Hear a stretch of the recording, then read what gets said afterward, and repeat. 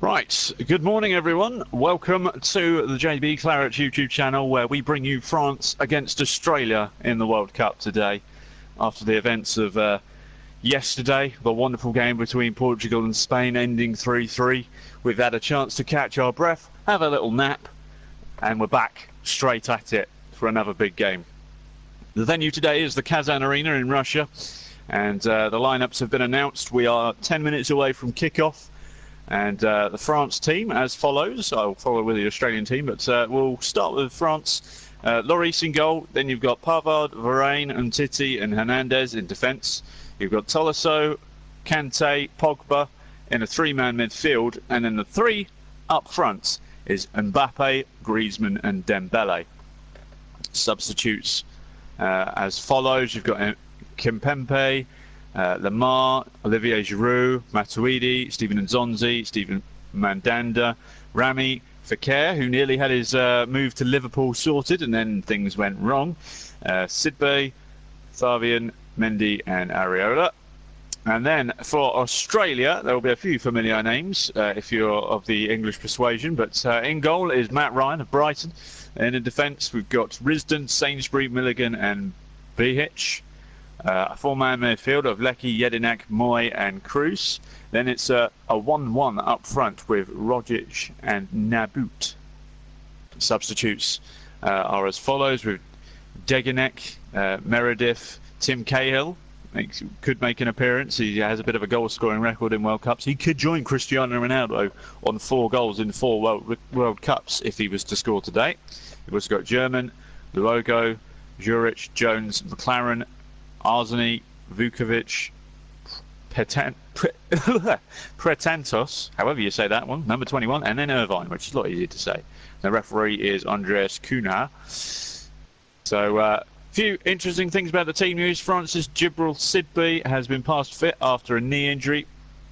Kylian Mbappe and Osman Dembele are expected to play in the 3 up front, as it's been confirmed. Australia coach Bert Van Marwink could drop Miles Jedinak, although that hasn't happened, to play alongside Lugano in midfield, but Lugano is actually the one who was dropped to the bench, and has the tough decision as to who to pick between Tommy Jurnik, Jamie McLaren and Andrew Nabut all up front, and he's obviously gone with Nabut, the number 11 up front. Now, in terms of the previous meetings between these two sides, France generally have the edge, but their last competitive meeting back in 2001, which was the Confederations Cup, Australia actually won by a 0-0.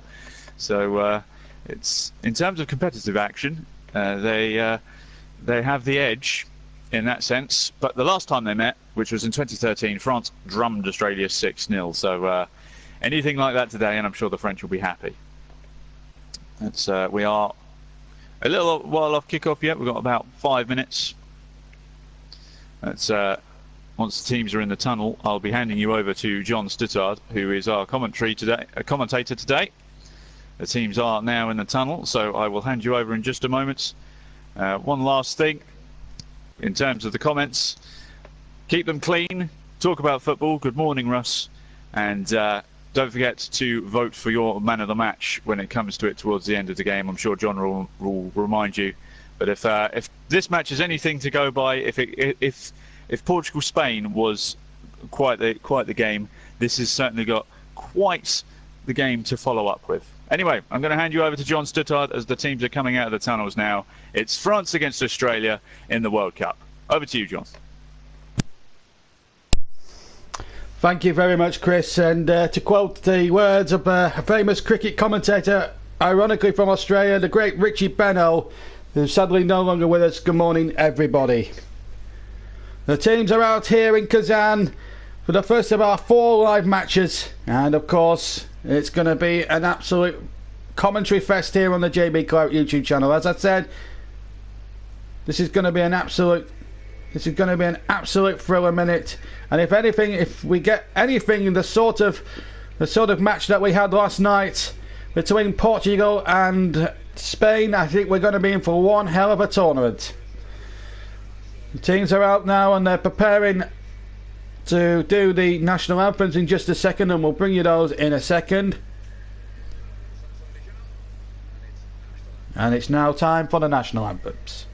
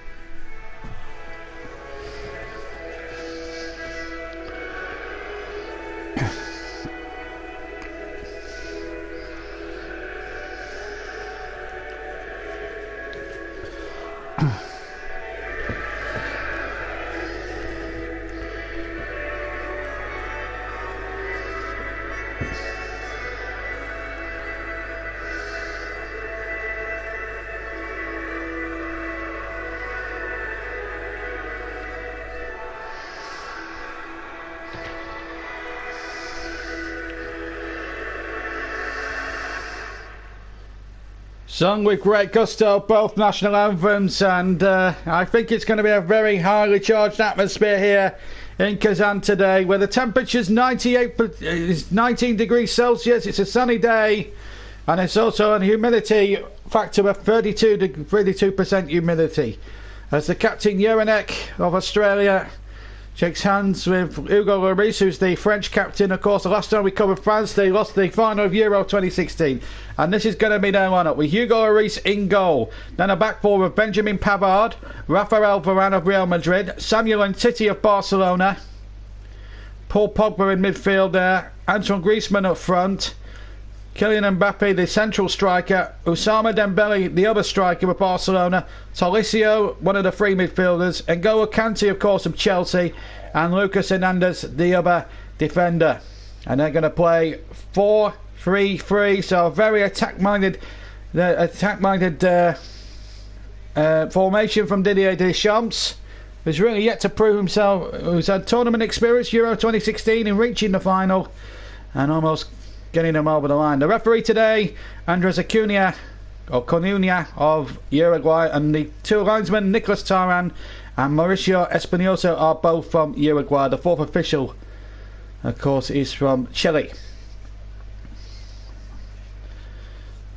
Well, all eyes will be on the likes of Mbappe and Griezmann. Griezmann was the talisman in Euro 2016, of course, and a real opportunity for him to shine on the world's greatest stage. The Atletico Madrid centre forward, who was absolutely unstoppable in the Europa final 3 or 4 weeks ago. And we got the VAR in the there's about four. There's a team of 4. I don't know why they need 4. The big one is Biaro of Argentina. Let's look at the Australian lineup with Matt Ryan starting in goal. Then it's 5 Mark Milligan, one of the 2 centre backs. Matthew Leckie, a great winger, of course, and Robbie Cruz, the other winger. He'll play on the left with Leckie on the right. Mabu, Aaron Moy, of course, of Huddersfield, Millie Jeranek, they're the 2 holders. And then Becic, He's the left back. Joshua Risden is the other right back. Trent Sainsbury, the centre back, and Tom Rogic will be the number 10, if you like. And some big names amongst the substitutes bench. Brad Jones, of course, former Middlesbrough keeper, and Tim Cahill amongst the substitutes. Now back at Millwall, his very first English club. And Bert van Marwijk is their coach as well. So they're going to they're going to pack the midfield, it looks like there. Bert van Marwijk, who's had experience in the World Cup before, of course, with his native Holland, got them to the World Cup final in 2010 in South Africa, the World Cup final of 2010, where they lost to a late goal from Andres Iniesta as Spain won their first ever world title. And it's going to be Australia in all yellow shirts, with all yellow shirts, shorts and stockings getting us underway. France, of course, need I tell you, in blue shirts, white shorts and blue stockings. So the first of 4 live games here on the JB Claret YouTube channel are underway, and France are going to go attack from left to right here in Kazan. And of course, the stadium home to the Russian side, Rubin Kazan, who have been perennial Champions League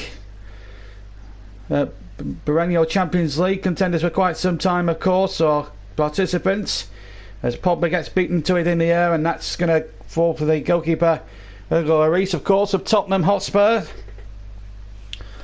also the captain, of course. Australia have a decent record in World Cups, and Tim Cahill, funnily enough, if he does come on today and scores, he will join an exclusive list of players to have scored in 4 consecutive World Cups, and he would join the likes of Pele, Uwe Seeler and Miroslav Klose, both of Germany, and of course Cristiano Ronaldo, who scored 3 goals last night in that 3-0 draw against Spain, and he became the 4th member of the club. And Cahill stands, if he comes on, of course, or scores in any of the other 2 group games, will join that exclusive group of people to have achieved all that. As the ball is threaded through towards him, back inside the penalty area, chance here, good save at the near post by Matt Ryan, and a real signal of intent early on here by the French. Now they're not going to be going lightly here. Ball down the left hand side, Mbappe onto it like a flash. I think the goalkeeper would have had it covered. He went for the near post with his right foot, but Matt Ryan, as we've seen so often in the Premier League for Brighton this season, was very, very comfortable there with the save. I had the pleasure of seeing him at Turf Moor a few weeks ago as that ball comes into the penalty area. The corner comes in, and Jelinek just about gets it away for Australia, and that's going to be a throw-in. A throw-in on the just in line with the edge of the Australian penalty area on the near side, as Pogba plays that ball out once more. French now just building up with Titi getting it forward again, the Barcelona man, and again good defensive work again by the Australian. Now Varane to pick it up for France. They so have the talent in this squad. They should have won Euro 2016, really. They played some really whiny stuff in the semi-final, of course, when Antoine Griezmann was just unstoppable against the Germans in the semi-finals, and it showed a signal of intent, but in the end it mattered not, because Portugal ended up winning the tournament. It was one of the most lacklustre finals I've ever seen, not just as a commentator but as a football fan. And France really didn't do themselves justice on that night in Paris. They've got a free kick here, and Mbappe's been taken out there by Lecky, number 7. Well, actually, it might have been the number 5, in fact, Milligan. So Milligan has taken him out, and an opportunity here from just about 25, maybe 30 yards out, left of centre here. Matt Ryan, of course, the Brighton goalkeeper, building a wall and erecting a 3-man wall, or a 4-man wall, it looks like now. The Argentinian referee trying to get the Uruguayan referee, I should say, trying to get the full 10 yards back. Matt Ryan making sure that everything is above board as regards the wall.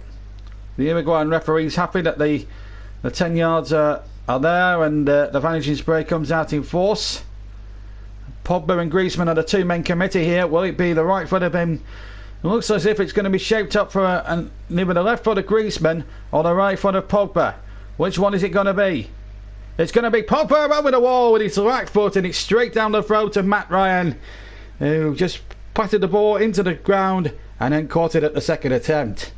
It's a good free kick actually, but as I say, it was down the goalkeeper's throat, and it was very easy for the goalkeeper Ryan to get the ball. As Aaron Moy plays a good ball over the top, but it's just too strong, and it's out for a throw-in on the far side near the corner quadrant of the French, and they have a chance now to clear. But this is the free kick from Pogba over the wall, but Ryan is too astute of a goalkeeper to be fooled by a free kick of that magnitude. It wasn't a particularly good free kick. It wasn't hit with too much power, and a goalkeeper of obviously Matt Ryan's quality wasn't going to be fooled by that, although we did say that about David De Gea, and look what happened last night. So nothing is nothing is gospel in this tournament so far, if the first few games are anything to go by.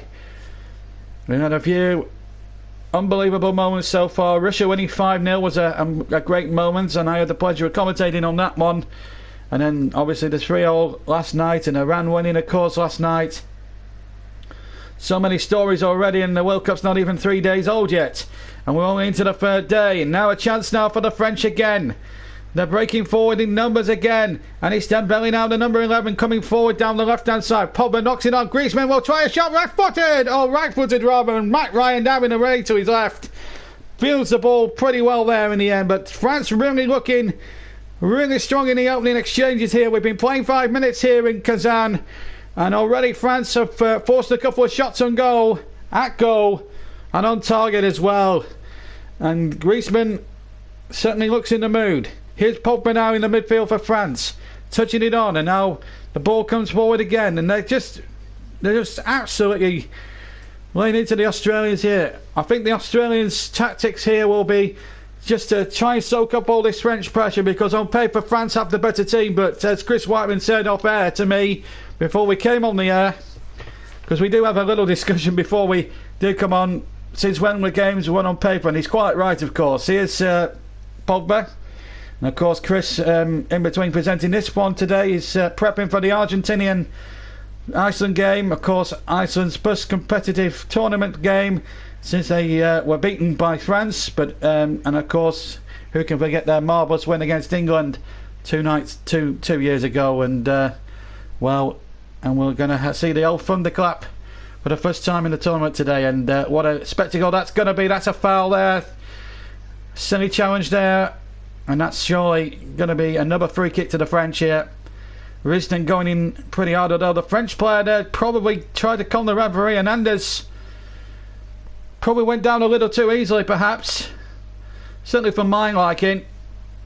But nevertheless, it's a free kick, and Mbappe will take the free kick. The world's most expensive teenager, and he's as well, and he's one of the youngest players ever to take part in the World Cup finals. He's going to take the free kick on the left hand side, right footed. 2, 4, 5, 6 French players in the penalty area of Australia. Australia have brought more or less their whole team back, bar one I think. So when Mbappe runs up, strikes it in there, little flick header on by Griezmann, got a slight nick and a deflection, but Matt Ryan was not for moving of course. And of course, if you want to comment on the game, just keep your comments clean, because we are a family show, quite honestly a family show. And of course, no swearing, because we're not even near the watershed. It's still very early in the morning, and we're still very much a morning programme at the moment. Who would have thought we'd be doing commentaries at 11 o'clock in the morning? It's in the UK, it's now 11:09.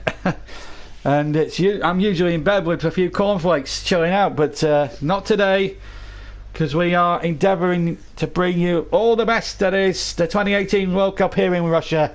And you're going to hear a 4-bomb here. This is the first one of the 4, the quadruple header if you like. France against Australia is the first one, of course. And then Chris will be in the commentary box for the second game, Argentina against Iceland, where Burnley's Ewan Goodmanson will make his tournament bow as a Burnley player for the first time, although he has played before in the colours. He played at Euro 2016 as a Charlton player just before his move to Burnley, in fact. And of course, we'll have Peru against Denmark, and then Croatia finishing the night off, and that will be Chris's game again. I will be doing the Peruvian game, and I've got a bit of interest in that because my fantasy football team at work, and I've got a works fantasy football team in my day job, and I've got Kasper Schmeichel in that team, so I'll be watching the Denmark game with plenty of relish as that ball comes over towards Griezmann and flick on to almost that found Dembele, but Matt Ryan was quickly off his goal line, fielded the ball magnificently well. Jelinek looked as if he was fouled there from behind by Dembele, and the Uruguayan referee agrees. I think it was a foul. Just caught the back of Jelinek's heels. I think the referee was correct. And a free kick to Australia midway inside their own half. And the free kick is floated over towards the far side, and Matt Leckie now flicks that, or heads that forward, and it's belted out of play. There's the coach, Bert van Marwijk.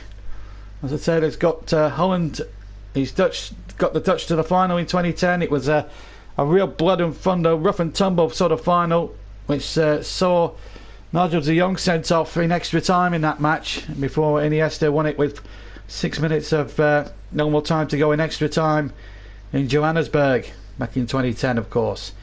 And well, it's been a fast pace so far. Here's a chance now for the French to break forward once again. And of course, they're missing Dimitri Payet, of course, who was a real talisman in the Euro 2016. He was injured, if you remember, in the Europa final when Marseille were soundly beaten by Griezmann's Atletico. That looked a shirt pull there. He had an armful there of the Australian player, and the referee was right on top of that.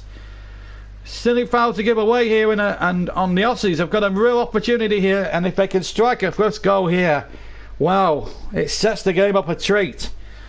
Now Aaron Moyes takes the set pieces, of course, and we've seen him take many a set piece for Huddersfield in their quest to stay in the Premier League this season, which was in the end very successful. They did it with a game to spare, of course, if you remember, at Chelsea in the penultimate game of the season. And Aaron Moyes scored some key goals and put in some key set pieces in that season. If he can put one in there for the likes of Jelinek and Leckie and one or two others, they have a real opportunity here. Going to be right footed on the left hand side, the far side as we look. Aaron Moyes with a free kick. Referee making sure that there's no jostling, pushing or shoving at all in that penalty area. And the ball is floated in. Header one, in fact, inside the area, and it was by Leckie who got in there. Leckie was certainly one of them that was right in there. And in the end it went behind for a goal kick, in fact. And no damage was done to the French at all in that one at all. But on paper they do have one of the best teams in the tournament, up there with the likes of Brazil, Argentina and Germany, of course. And Argentina make their bow, Brazil make their bow tomorrow, and that's going to be live on the JB Claret channel as well. So they play Switzerland, of course. And a foul there on Hernandez by Leckie, and he receives the first yellow card of the contest after 12.5 minutes. And he's absolutely incensed by the decision. I must admit, I was watching the path of the ball when the foul was committed. Let's have a look. Yes, no doubt about it. I don't think Leckie's got any cause for complaints. He's gone in there. He's certainly taken the man. He's certainly taken Hernandez out. And that's definitely a free kick in my opinion. So a free kick just to the left of the penalty area. About 30 yards from goal.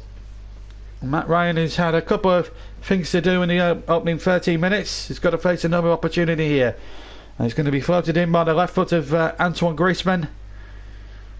It was a real class act, and we saw that in the Europa final as that ball was played in and nodded behind for a corner.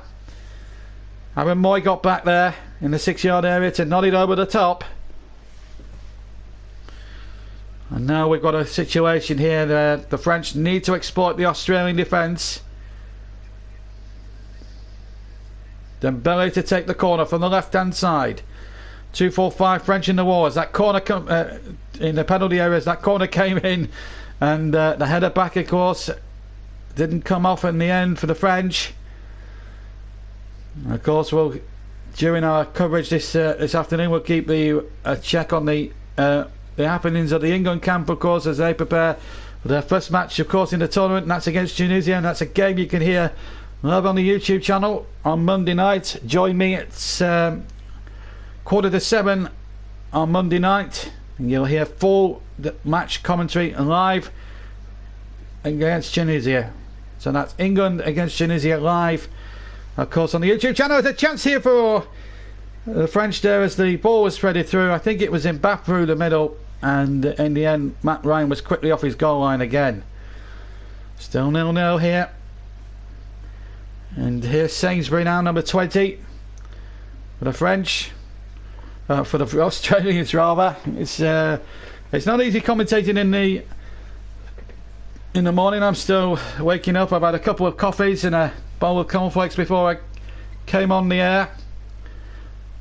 And the cornflakes are okay. The Russian cornflakes are okay, by the way. Anyway, 0-0 in Kazan between France and Australia. We've had just a quarter of an hour exactly now. The Australians have soaked up a bit of pressure, and it actually has gone a little bit slower this 15 minutes that we've been playing thus far. But so far, so good as far as the Australians are concerned.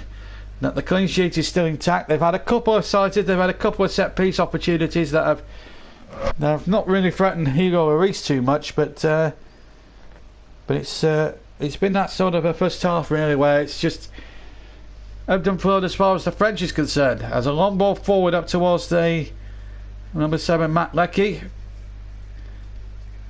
Of course, who can we get? Australia. They had a great match 4 years ago, of course. I think it may have been against the Dutch. Yeah, it was against the Dutch. It was a 3-2 win for the Dutch, but my goodness, the Australians didn't give them a scare that night. And they just come back, and it was a fresh of a 5-1 demolition job of Spain, if you remember. Meanwhile, Australia have got a free kick and a couple of fouls there. And, well, the Australians are claiming they should have a French player in the book. This is the foul again. Really was a silly tackle. And now a real opportunity for Aaron Moy to put the ball into that danger zone once again. And Hugo Lloris will be a little bit anxious now because Moy's got that, as I said earlier, it's from exactly the same position as his last floater free kick was. And he'll try and bend that in with his left foot. So Moy runs up, strikes it left footed into the penalty area. Free chance now inside the area, and Hugo Lloris from virtually point blank range makes the save right on the line, and Australia were winning an ace of going one up there. And in fact, it may have come off a defender. In fact, it did. Wow, that would have been a turn up, an own goal almost. It's a corner. Well, it was the French number 12 there that touched it on, and in the end it transpired that Hugo Lloris was alert enough. That free kick from Moy was brilliant. Now he's got a right-footed right-hand corner to deliver again. He's going to go right-footed this time. Into the area it goes. Up towards Jelinek that time. Headed forward again. Back into the dangerous area by Sainsbury, but there's a foul there. And a free kick given by the Uruguayan referee. Well, a very lucky man indeed. And the number 12, I think it was... well, here it is again. It's Tolinho who's unwittingly knocking it back towards his own goal. And, oh, the Australians there nearly had something to say. But they're a very competitive sporting nation, the Australians. Whether it's cricket, rugby union... or even soccer. Although they're not famous for soccer, they're famous more for cricket and Aussie rules than they are for soccer, as they call it in that country. Here's Matt Leckie. Back to Aaron Moy. Moy now just controls it. Again, good football again from the Australians. And here's Leckie again. But well, that looked a very harsh decision against Leckie. I have to say, Jelinek making the point of the referee. I thought Entity slipped over there for me. And I've got a subscriber said, boring, show us the game. Well, if you want to watch it somewhere else.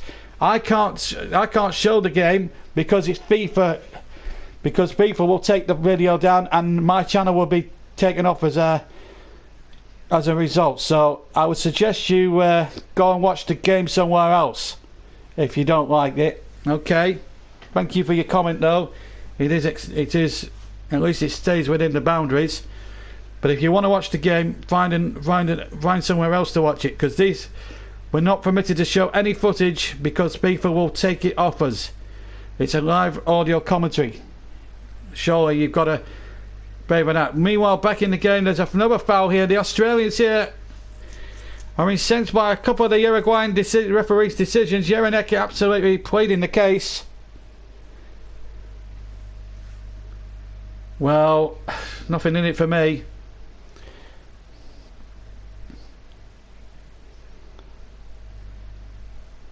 And as for your comments, give me somewhere else to watch it. You can find it yourself. I'm busy. As Casual Chris makes the point, copyright reasons would prevent from doing footage, because FIFA are really strict on game action being shown here, and it would strike my channel in good standing. That's why we do audio commentaries rather than televisual commentaries. And to you too, Mohammed Ibrahim. Anyway, enough about him. Back with the game, and you will be. And if you say anything derogatory, we have 3 or 4 moderators on that will be more than happy to take you off the system, and I'll be more than happy to do that myself at half time when Chris takes over for the half time interval. Anyway, let's get back to the game. 20 minutes gone. It's always a shame when someone has to try and spoil it for the rest of us. Here's Aaron Moy now for the Australians now, over to the far side. And still 0-0. If people want to criticise me or Chris for the commentary, that's their decision, but people know the situation as far as copyright is concerned, and if they don't like it, that's their tough luck. Australia have it on the far side, and this is Aaron Moy. Moy will find Jelinek, and he plays it out to the right hand side. Good football again by the Australians. Oh, they almost got in each other's way. Then Sainsbury and I think it was Jelinek that got in each other's way, but the ball found kindly to Moy, and now has it now just 10 yards inside his own half at the moment, halfway through the first half. And Casual Chris saying, well, that's my first ban of the day. Shame. Well, thank you for saving me time anyway, Chris. I can then chill out at half time unless we get more idiots like him. I think my half time is well, if you don't like it, go on buzz off. That's all I'll say. There are a lot of people that do like us, and it's well, a chance here now for Burnley. Oh, he was taken out there. Surely he was taken out. We're halfway through the first half. No, he's not. The Uruguayan officials said no foul. Well, did he run into him? No. That's the important thing. Well, Didier Deschamps think that should have been a 3 kick, and the Uruguayan referee didn't agree. Well, I'll tell you what, Mohammed Ibrahim, go and watch some cricket, because that's more a national sport than football. Let's be fair. We don't need your sort on this channel trying to spoil it for the rest of us. We had all that problem in the FA Cup final, of course. As a long ball is threaded over the top, still 0-0 here. And what a good bit of play that was. And Lecky has been penalised once again. Well, the referee is certainly, well, if he's earning his money's worth, he's having to earn it the hard way today, the Uruguayan officials. Still 0-0 here in Kazan, and it is audio commentary, and if people don't like the idea of it, then that's their problem, not mine. I'm providing a source for everyone to listen to, and if they like to listen to it, then brilliant. And you can watch it and listen to me at the same time if you don't like the BBC commentary. That's entirely your bag if you prefer BBC to mine. But a lot of people enjoy listening to me and Chris, because we are giving up our time and our resources to do this. And if people aren't going to respect us for that, then that's their hard lines. Meanwhile, back with the game, and it's Dembele going forward, and the header back, and easy there for the goalkeeper. And Humphrey said it's called commentary for a reason. Well said, my friend. And Nice to have you with us. And Chris has banned him. Being a presenter, well, there's a reason why I have 3 or 4 moderators as well as myself. As the ball is chipped in towards the penalty area, Griezmann is in the centre. And the ball forward, up forward, then almost led to a chance for Griezmann. It was a ball from the right-hand side. And Australia getting away. A long ball forward by Sainsbury. Headed back again with interest. And now Kante, the former Leicester City and now Chelsea player, has been lined up for a move, in fact, in the summer for Paris Saint-Germain. And Tozo has been fouled there, the number 12. It was Rogic who came in there. I have to say that's a bit of a soft free kick. I think the Australians are being a little bit unlucky with 1 or 2 of the refereeing decisions in the opening 25 minutes that we've almost been going for now. I think the Uruguayan official has to get a fair grip on the game, I think, in terms of fair decisions here, because he's made 1 or 2, shall we say, questionable decisions so far in this World Cup game.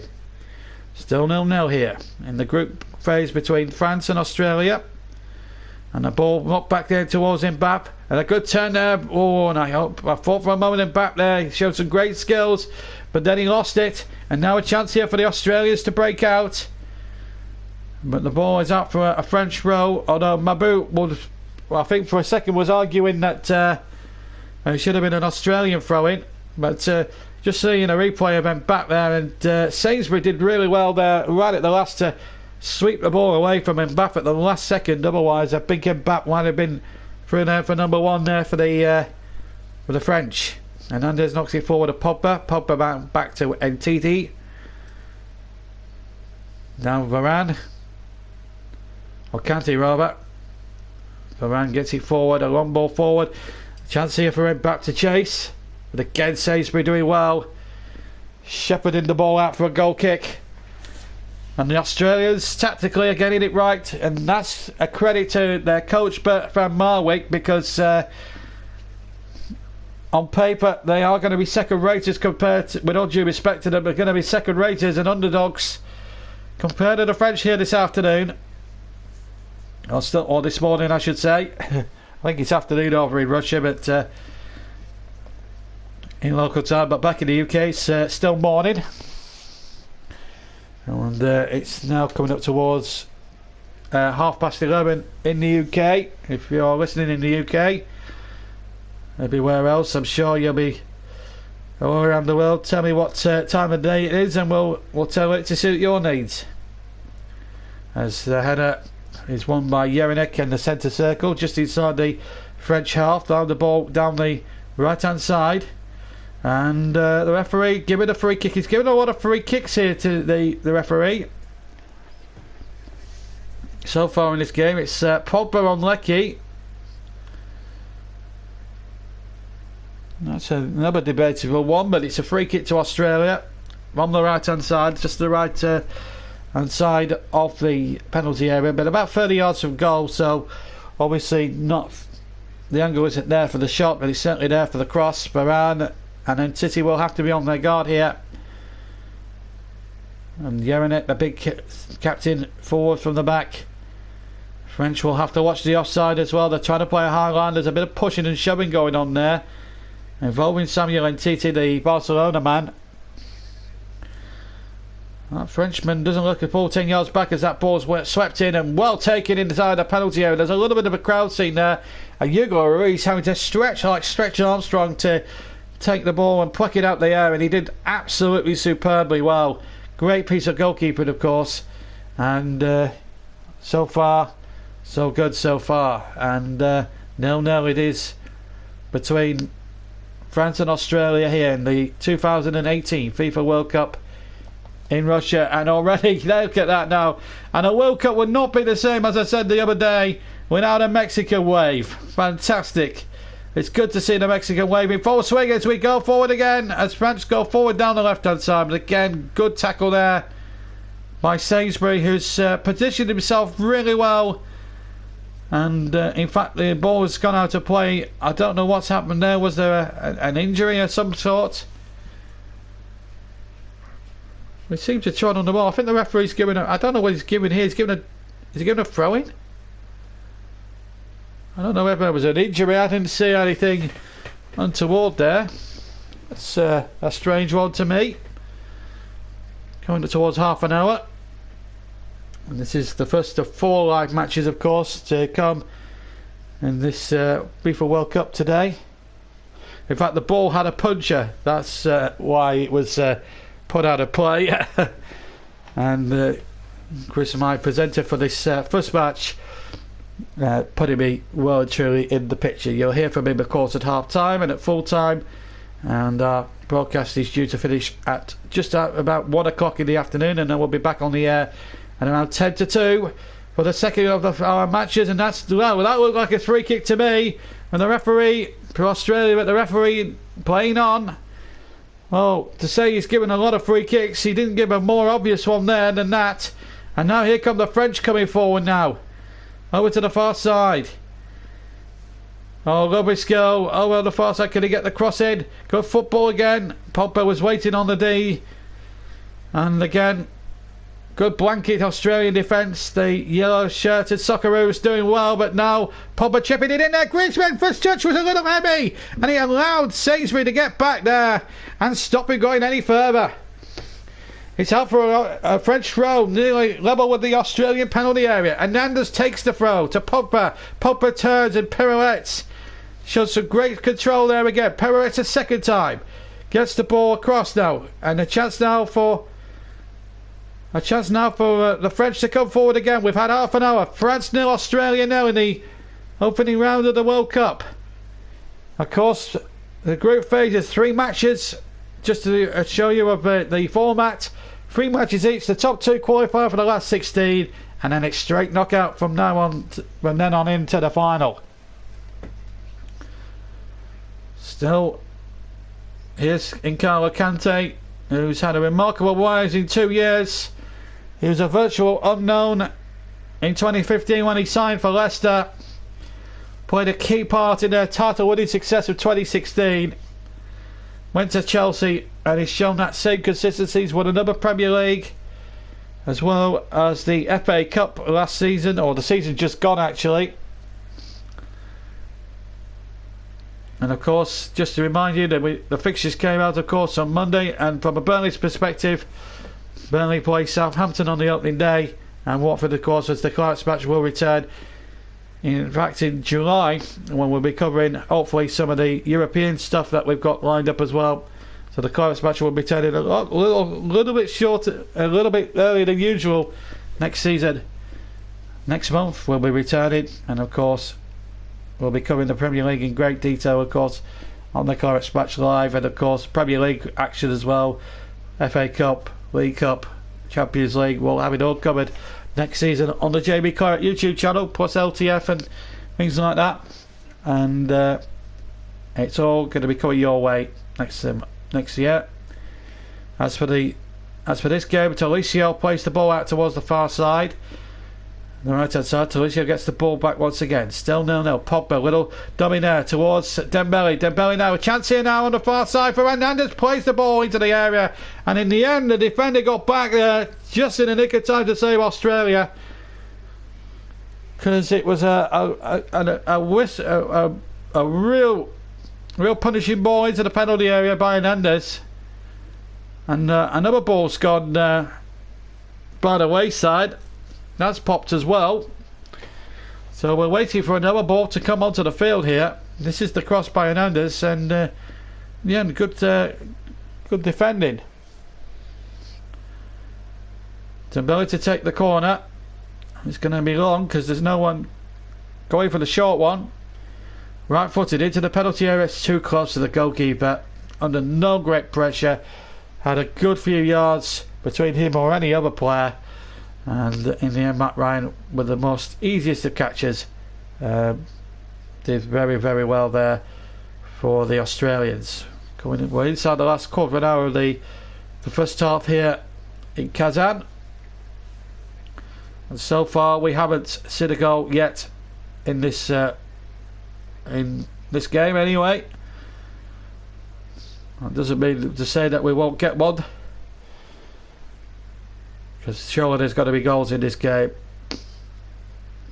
We saw 5 on the opening day. We saw a total of 8 yesterday. 1-0 wins for Uruguay and Iran, and a 3-3 draw with Spain and Portugal, where Ronaldo really set the tournament alight with that stunning 3 kick to complete his hat-trick.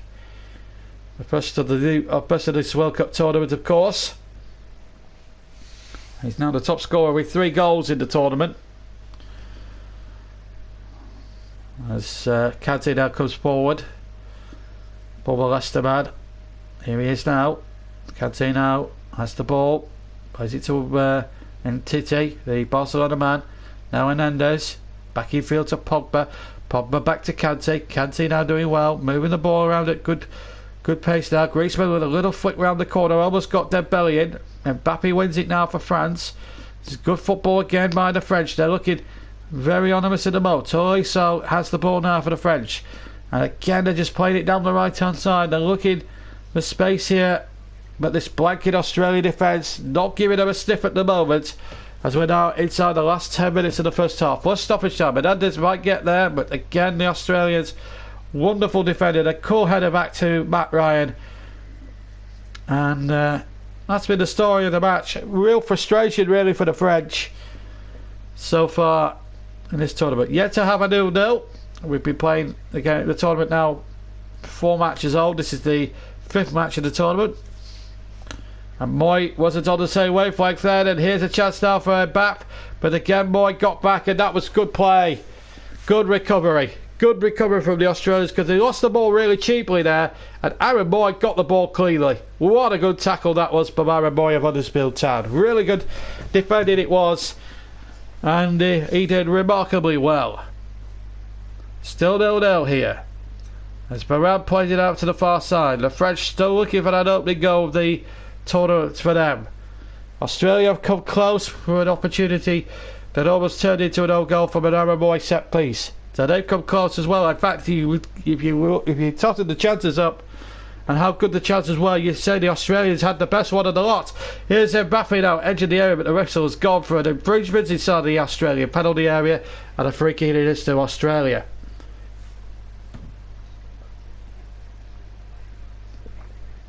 Well, so far, in fact, it was a foul here by Griezmann on Sainsbury. Bit of pushing and shoving. And the World Cup wouldn't be complete without good shots of pretty young girls in the crowd. 21, 23-year-old ladies who look absolutely beautiful. Fit for a palace. And there was a lovely French lady there with the French flags on both her cheeks. And you see all these women that really do take these World Cup tournaments seriously. They really do have that. So it wouldn't be the same, the World Cup, without shots of the females in the crowd. Here's Sainsbury now picking it up inside his own half for the Australians. Now Lecky has it and feeds Aaron Moy. Still no score here in Kazan. A sunny afternoon, 19 degrees the temperature in Celsius. That's the high 50s Fahrenheit. And of course the humidity is at 32%, which makes conditions that little bit tougher, certainly for the French rather than the Australians. They're used to playing in very high heats, Australia, because of course it's a high temperature country, certainly during their summer, which of course is our winter, of course. Summer takes place between November and February. This is why you see Australian cricket played at that time of the year. Of course, the Aussie World season over there in Australia will be well and truly now in full swing.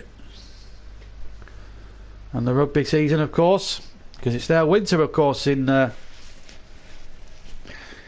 course down under. Those temperatures even in the winter time can be quite high as well, I believe. Meanwhile, my boot has gone right into the back of one of the French players there, and it's Hernandez who's rolling around in agony here. And the referee having words with Matt Lecky, who must watch his lip, because if he says anything out of turn to this official, This referee, I think he might get the red one. Oh, totally took him out.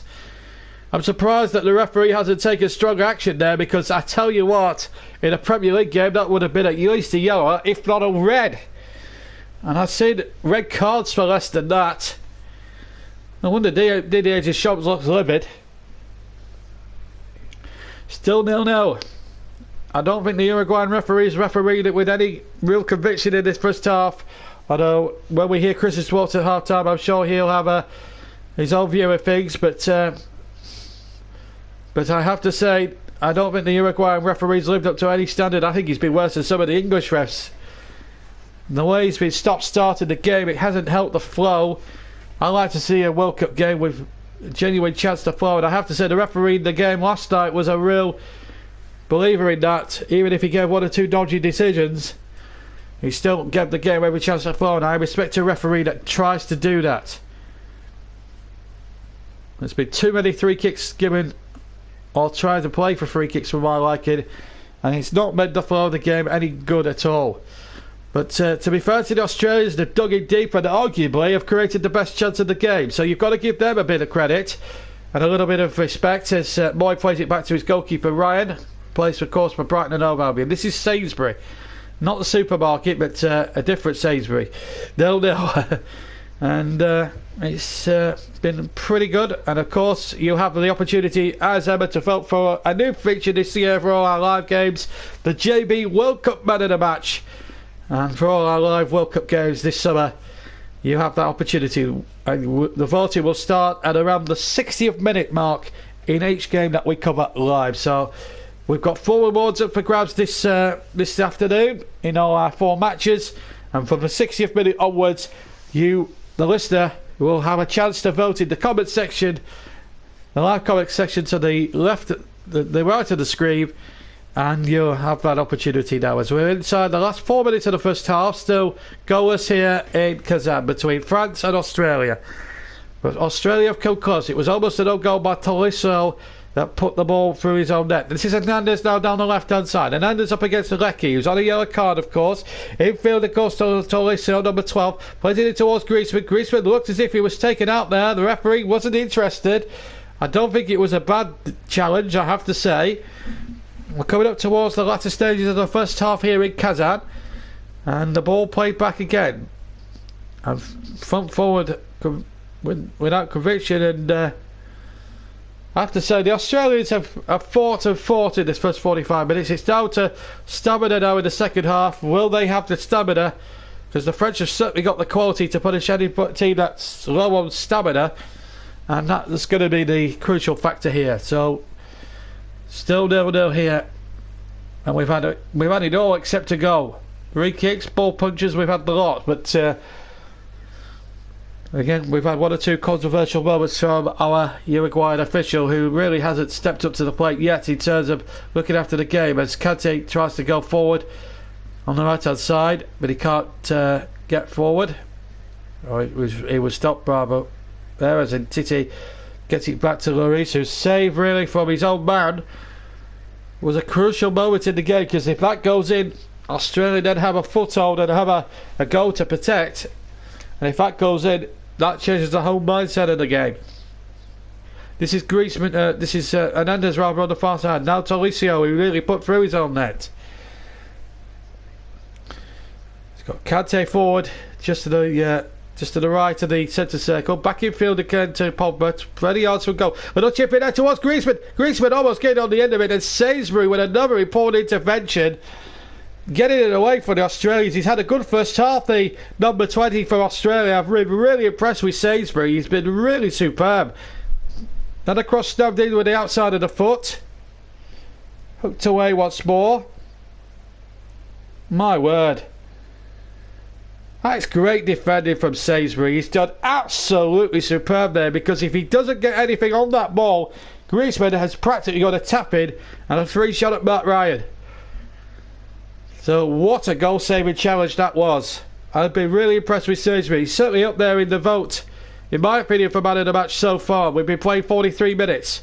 We're inside the last 90 seconds of normal time, and well, I have to say, the Australian defenders, the two centre-backs have had a superb game, in particular Sainsbury. Here comes the French down the right-hand side.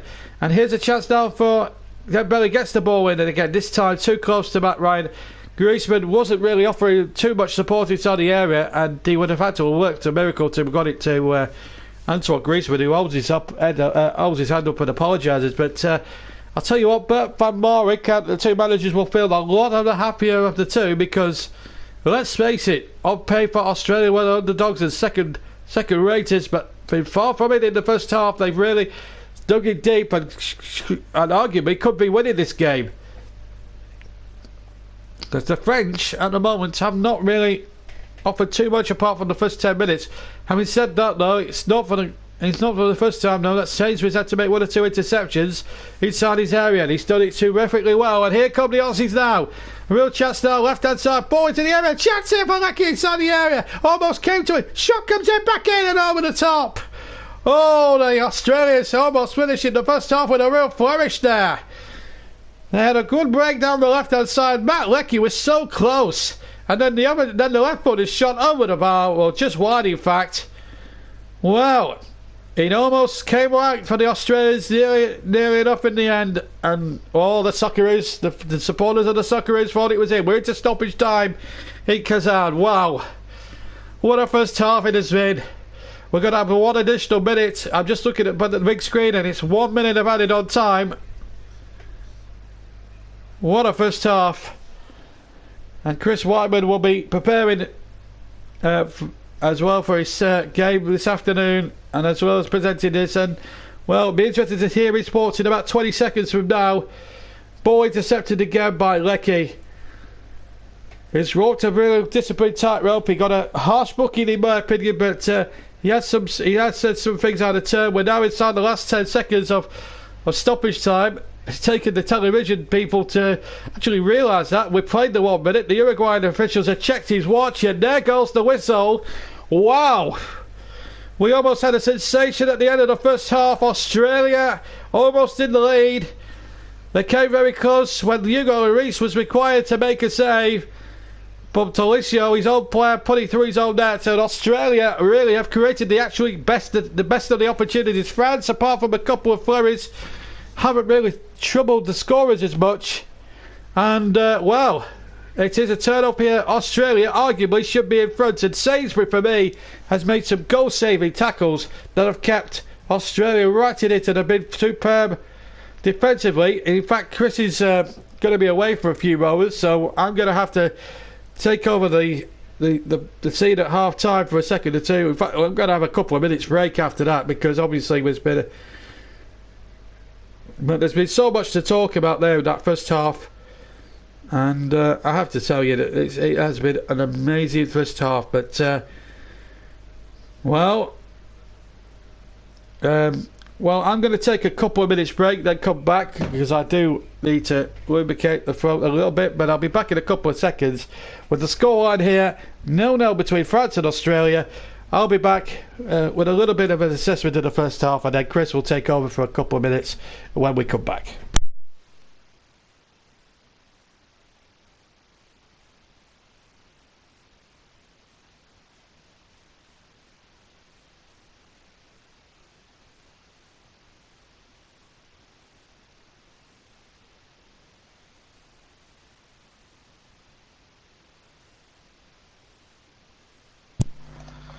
Right, so that was an interesting first half, to say the least. Still 0-0, obviously. Australia arguably had the best chance of the game when Hugo Lloris was forced to save from his own player, but that's how it goes sometimes. In terms of the game itself, it's not really gone to plan for France. Certainly Australia will be the happier of the two sides to be going in at 0-0, but that front three hasn't really done much. In terms of the stats, well, possession 55-45 in favour of France. Shots 5-4, so fairly even. However, the shots on target, France have hit 4 on target. Australia haven't hit the target as of yet, so they will need to improve that. And there's been a lot of fouls. There's been 16 in total, 10 for Australia, 6 for France. But nobody's really stood out as such. I mean, you would probably say that the Australian defence has been on top, because France have certainly had more of the ball. But they've done really well to shut down that incredible front three of Dembele, Griezmann and Mbappe. That's it's certainly been a interesting first half. Whether Australia are going to sit back and hold for the draw, or whether they're going to try and change something in the second half to get them more competitive in terms of goal scoring opportunities or not, we shall see. But as things stands, it's standing to be a good result for Australia, at least. Obviously Peru and Denmark, the other two teams, play a little bit later on today, which John will be covering himself. So John's covering Group C, I'm covering Group D. The next game today will be not Australia, will be Argentina and Iceland. I get the wonderful privilege of covering Messi after covering Ronaldo. Got the lucky draw in that sense. Thanks to John being so nice with his match selection choice. But today is the day of Group C and Group D. So the other three games today, obviously, are in order of kick-off time. So Argentina-Iceland follows this game at 2 o'clock British Standard Time. Then that is followed by Peru-Denmark, which will be covered by John at 5 o'clock. And then at 8 o'clock, Croatia kick-off against Nigeria. So it'll be the second time I actually cover Nigeria, because I covered them when they played England towards the back end of last month, which England won that game quite comfortably. There's a lot of talk about Australia with their set pieces. They haven't quite done as well as they'd hoped, although that is probably their strong suit. And they're just talking about their opportunity earlier on, which forced Lloris into the save, the big moment of the match, I suppose. It came off a France player, and Lloris had to react quickly, diving to his bottom left. And Lloris is a world-class keeper, but that doesn't prove much. Let's face it, because David De Gea is arguably the best goalkeeper on the planet, and he made a mistake last night. So Lloris was alert and awake to it, and managed to get something off there. But Australia, I think they certainly came into the game with the idea that they were going to have to defend, but France haven't really created any major opportunities as such. So it will certainly bring confidence to Australia, and it's just going to. France are going to get more desperate and feel the pressure a bit more as the game goes on, and Australia are just going to get more and more comfortable. So, in terms of what's gone on today so far, Australia, their game plan is going well. It's no real standout for man of the match so far, but hopefully in the second half we will see that bit of magic, or maybe a mistake that separates the two sides. In terms of the group, this match is certainly going very much in favour of Peru and Denmark, because if this finishes 0-0, one of those two will be sitting there going, well, we can top the group. And then, if you get a result in the second game after winning the first, you're pretty much guaranteed to go through. But as I said, if you ask which team would be happy with the draw at the start of the game, Australia certainly would be happy with it. But as the analysis going around, Australia are certainly hunting down the ball in packs. They're closing down the space very quickly, especially on France's star players. Although it doesn't really matter where you look, France have a star everywhere, more or less. But it's certainly, the game plan is working for Australia, and they're only going to go growing confidence because of it. Let's have a look at what's going on in terms of social media. There's a lot of talk about what's going on. It's, Jay Buckley, the also known as the Master Bucks on YouTube, has tweeted, "We aren't just parking the bus or anything, we are legitimately hanging and even at times watching the French march towards us." It's sorry, we aren't just parking the bus or anything, we're legitimately hanging in and even at times matching the French. It's extraordinary to see. be great. But yeah, I've got to agree with that. They are standing toe to toe with the French.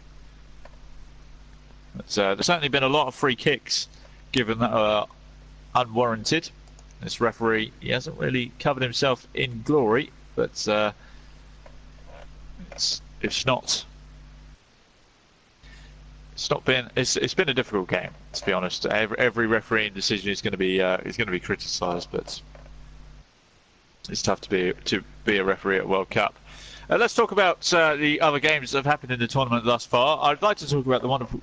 We spoke about. I covered obviously the Portugal-Spain match last night, but we'll forget about the other game in that group, because that group, as it stands, is currently being topped by Iran.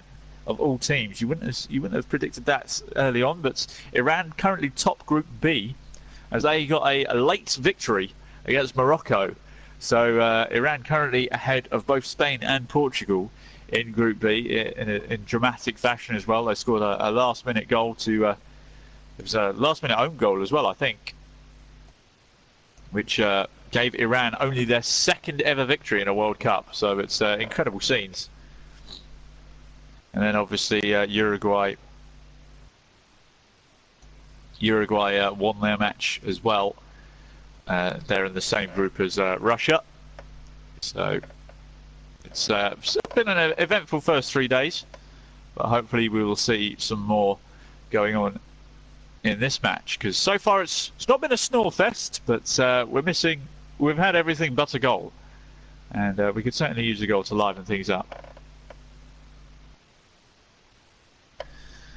We've probably got another couple of minutes before the second half starts, provided everyone's on time. But it's been a good contest, to say the least. Obviously, Australia have a few interesting substitutes that they could bring on in the second half. Tim Cahill, as we mentioned earlier, if he gets himself a goal today, would join the elite club of scoring in 4 World Cups. Obviously joining the likes of Pele, Closer, I can't remember who the other German was, but obviously Ronaldo joined that elite group last night, and Tim Cahill certainly wouldn't look out of place in amongst those players. So you've also got on the bench for France, possible game changers. You've got Giroud, who has sort of built a reputation in England as being a super sub, so he could come on and make a difference. You've also got players like Matuidi, Lamar of Monaco, Steven Nzonzi could come on, or Fekir. France certainly have a lot more game changers on the bench than Australia do, so it wouldn't surprise me if things remain 0-0 for a while, for the first sort of 10 minutes before substitutions start being made, because let's face it, France, they put a lot of pressure on themselves if they don't get a result here today, because you're then essentially looking at having to win the next 2 games. Although Peru and Denmark should be fairly straightforward for them, but it's been difficult. All the groups are difficult because if you don't get a result in the first game, it puts a lot of pressure on you. As we just seeing a few more things from social media. Landon Donovan last night was tweeting about how he had more goals than Ronaldo in World Cups, and then he went and scored a hat-trick. So that lasted a long time. 2 hours ago I had more career World Cup goals than Ronaldo, clearly making me the better player. Then he scored a hat-trick, as you do. David De Gea tweeted last night, to learn to succeed you have to first learn to fail. We continue. Obviously David De Gea made a big mistake last night, which led to a goal. As a goalkeeper, you can't really make mistakes because they generally end up in goals. But David De Gea certainly been able to pick himself up, I'm sure. And it's best to get your mistakes out of the way early, I suppose. And doing it in the group stage where you can actually recover is certainly the better place to do it. It's better not doing it in the knockout phases where it can lead to you being eliminated. But as we mentioned later on today, so you've got at 2 o'clock, you've got Argentina against Iceland, which I will be covering as the lead commentator, followed by Peru, Denmark, and then in the evening at 8 o'clock, you've got Croatia against Nigeria.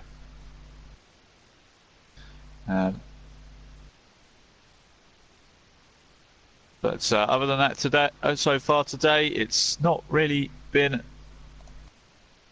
much to write home about. The only real major moment was Lloris making that save to deny a deflected cross that came off a French player, which nearly led to a goal, but Lloris was equal to it with his lightning reactions, saving to his bottom left, pretty much as far into the corner as you could get. If it was any further, it would have hit the post. So it is a cracking save. But Lloris, with his size and positioning, certainly helped him out there. Now, we are surely moments away from the second half kicking off. Just waiting for things to be put into position. I'm hoping that JB is going to be back, because any second now it's going to be all action stations again. Another blank French first half. France have now failed to score a goal in the first half of each of their last 4 World Cup games. Not a statistic you want to have, really, but there you go. Obviously, France have 1 World Cup to their name. Should have had 2, arguably, in 2006 if it wasn't for that famous Zidane moment. But they've certainly, since the turn of the millennium, obviously they won the World Cup in 1998. They've been a very good nation in terms of footballing talent. The only real blemish to them was when I can't remember whether it was the 2010 or the 2014 World Cup, where they had major disagreements in the dressing room and didn't get out of the group stage. But obviously, the names like Nicolas Anelka and everything all walked out in protest. It wasn't. Other than that, they've been a very, very good footballing nation. As the teams are coming out for the second half now, as Hugo Lloris is leading out the side for France. Hugo Lloris has actually played every minute of the 2010 and 2014 World Cups. But I'm going to hand you back over to John Stuttard as the teams are returning to the pitch. And they are ready to go. Hopefully there'll be more goals in the second half and a bit of excitement for John to commentate on. But I'll hand you back over to John Stuttard now, as we are about to get back underway for the second half of France versus Australia. Well, thank you, Chris. You also failed. The person that he failed to mention as well in the list of scoring in 4 World Cups in a row was Uwe Seeler of Germany. Of course, his last World Cup, of course, was back in 1970. Well, interesting at the start of the first half, really. The other game, of course, I'll be covering later on is the Peru-Denmark game. They're the other 2 teams in this group, and well, we saw in the first half really how dogged the Australians were, and they hung on in there. As the Master Book said, as Chris mentioned, that the Master Books, of course, who's a famous YouTuber, he's a big Newcastle fan, as it happens. He was saying that as the second half comes underway, incidentally, there's no further changes incidentally at half time, but at the moment it's been Bottage, Bomb, Pap as far as the French were concerned. To quote a Del Boy phrase from Only Fools and Horses, I don't think Del Boy, who spoke very, shall we say, very dodgy French in the programme, I don't think he'd be impressed with the way the French would have been performing in the first half. It was more Zulat Pap than Zunat play, shall we say. But there's still 45 minutes to go here in Kazan, and we're back with you with the second half as both teams are unchanged, as the ball is chipped in there towards the penalty area by Tarosso, and again Sainsbury not for the first time in there very well, and Tarosso there was a little bit hard there on his man. There's some of the substitutes for France, and there's quite a lot of game changers that could come on there. Chris mentioned Lamar and 1 or 2 others. No Dimitri Payet because of his injury that he picked up in the Europa final some 3 or 4 weeks ago. Just to confirm the Australian lineup: Ryan, Risdon, Milligan, Bennick and Sainsbury, Moy, Rogic and Jelinek, and Cruz, Leckie and Nabout are the men further forward. And of course the French obviously have changed, and they've got that 3 up front, and Mbappe, Griezmann, and of course Dembele. Can't think of his name then.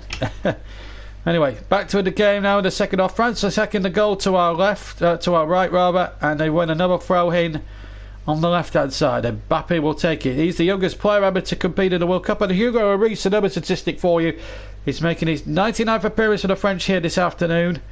As we're now into the afternoon, bang goes the morning, and here we go again. Tarosso, who nearly put through his own goal in the first half. Rabal now. Oh, Pavard, number 2. Pavard touches it back again. Good football again. And N'Golo Kante getting now for the French. Good football again. Building up well. But the Australians again have got numbers back. This is Pogba now towards the far side. And a chance for Hernandez to get the cross in. And back was waiting as well. So too was Tarosso again. But again, good defending again by the Australians. And in fact, they win a free kick midway inside their own half. And a little bit of respite at the start of the game. The start of the second half, of course. There's Olivier Giroud as well to come off from the bench. I will run through the two benches for you when we get a break in play, because we haven't had a chance to do it so far. But I think I ought to do it now, actually, whilst we got the opportunity. There's an Australian free kick, but we'll break off is there anything. So on the bench for France, you got Kimpembe, Lamar, Giroud, Matuidi, Nzonzi, Mandanda the keeper, Rami, Fekir nearly went to Liverpool, Sidibe, Torvan, the former Newcastle man, Mendy and Arloa. That's the French side. So that's the French side for you. We'll try and get the Australian bench. There are one or two familiar names involved in that one as well, as we get back with the game.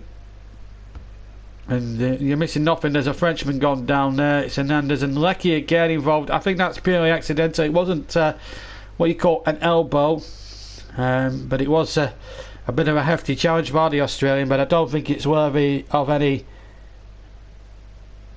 punishment at all. Didier Deschamps is the coach, of course, of the French. We're looking at we were looking there at the French side.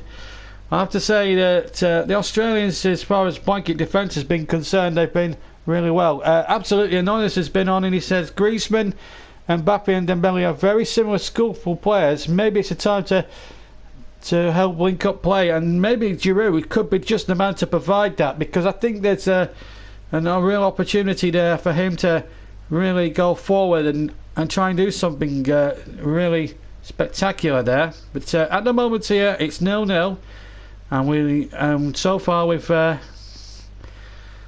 it's been a day of frustration for France, and I actually thought that this was going to be a really good game of football, but you have to give credit to the Australians as they were going forward, and then the ball was touched back to Hugo Lloris. It's still 0-0 here in Kazan. This is Umtiti, and Titi now for the French. Infield to N'Golo Kante, who's not really put his stamp on the game like he usually does for Chelsea in a lot of respects. Now then, a chance for Dembele to run down the right hand side, cuts inside, and he's got Hernandez way on the left, and he can't find him, and it's out of play for a goal kick. Oh dear. So a little bit of respite there for Matt Ryan. Some of the French substitutes warming up there. It's a good break again, and really was a great opportunity that was wasted there for the French. Typical, I think Greece gets the best game of the tournament, and so far I'm afraid I'm not getting a really good game in terms of entertainment, but there's still another game for me to commentate on, and that's Peru against Denmark. The other game in that group, and that comes up for you at 4 o'clock this afternoon, and of course we've got Croatia against Nigeria, Chris's favourite team. He'll be doing that game at 8 o'clock, I think, tonight. In fact, I think the third game in the day starts at 5, and then of course Chris has the Argentina game in between that and the other game in this group, as Panhard goes forward, tries to play 1-2 with Dembele, and then the Australians just getting themselves into a little bit of a twist there, Jurinic especially, but it is a throw into the Australians. Here's Aaron Moy, the Huddersfield man, back to Jurinic, the captain of Australia. Still 0-0, and if you excuse me, I do need to spot my nose for a second or two, because I've got the case of the Russian A fever at the moment. There we go, I do apologise. But we do have the case of the Russian hay fever at the moment. I am a big hay fever sufferer. The tablets aren't doing extra nothing at the moment. And it costs about €4 a pop. It's hardly surprising. Here's Lecky on the far side. Lecky trying to take on his man Hernandez on the far side. Good overlapping run here. Chance here for the cross comes in, and there's a chance in there. Oh, what an opportunity that was potentially then. And then there was another foul there. This time by Australia, and a free kick, and the referee again giving one or two free kicks, but that was good from Australia. Good ball into the penalty area. I think it might have been Sainsbury that played the ball in. It wasn't. In fact, it was a number 19 there with a good opportunity, and Rabbit. Well, there's some afters going on. My goodness, the Uruguayan officials having to have eyes in the back of his head right now. So we'll kick it off here, but yeah, still yet to kick off in the goal scoring department. Good tackle again. I have to say that the Australian defence has been really good. So Pabal to take the throw, level with the Australian penalty area. Is there going to be a goal in this game? We've had 53 minutes here in Kazan. Still 0-0, believe it or not, and Cruz has won himself a free kick there for the Australians, which will really eat up the seconds really for Didier Deschamps. He must be a real frustrating man, and look at Bert van Guarwick. He must be thrilled. He's sat there relaxed. Deschamps is livid. He's up and about every 2 seconds on that bench, and at the moment it has to be said that that the French are being frustrated here, and Australia have played the game plan to an absolute T. Here's a chance now through the centre. Good ball forward this time. Surely it has to be Hernandez, and Hernandez surely was tripped then, and the referee says no, he doesn't give a penalty. It did look from the first angle as if a penalty was going to be given. Hernandez went right through and then looked from the naked eye as if he was taken out. Meanwhile, Australia come try to go forward again, and now they've lost the ball and they've got a throw in on halfway. But wow, big moment in the second half this, because it looked as if Hernandez was through here, and did he get the ball here? Let's have a look. I'm looking at it closely. I need that. It's Griezmann is through, and well, we had the best angle, and then the replay cut away. And there's something going on here at the moment. The game has stopped for some interruption here. I think VAR's been called. Now then, this could be interesting, where they've reviewed it and a penalty is going to be given, possibly. So VAR's involved, and it's the first time the referee's having a good look at this. We don't see these replays. This is the replay we've got here. Did he take his man out? Well, I have to say, Griezmann was clean through. Was it in or out? He was certainly in, and he's tucked him there, the number 19. I think that's a penalty. I think the referee's got to overturn this decision, and I'll be very amazed if he doesn't give a penalty for this.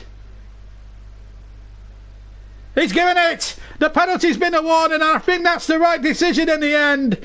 I think the referee's right. He's not had the particularly good match up until that point, but I think the referee's got it right with the VAR this time. And if you see it again, Griezmann is through. I got the identity wrong there, but he's taken out there. It did look a penalty from when I first saw it. Certainly looked as if he was taken out. Now, my question would have been, was he in or out? Well, he's certainly got none of the ball there for me. And he's taken his leg out, and that, I have to say, is a penalty. The Australians don't like the decision, but I have to concur with the referee. So Griezmann, who's actually the man fouled and not Hernandez, as I first thought. The yellow card has gone out, and I think it's Risden who's received the yellow card. My goodness me, we've had high drama here. We've had 10 minutes of the second half gone, and it is Joshua Wisden, and I don't think he's got any cause for complaint. It's a penalty.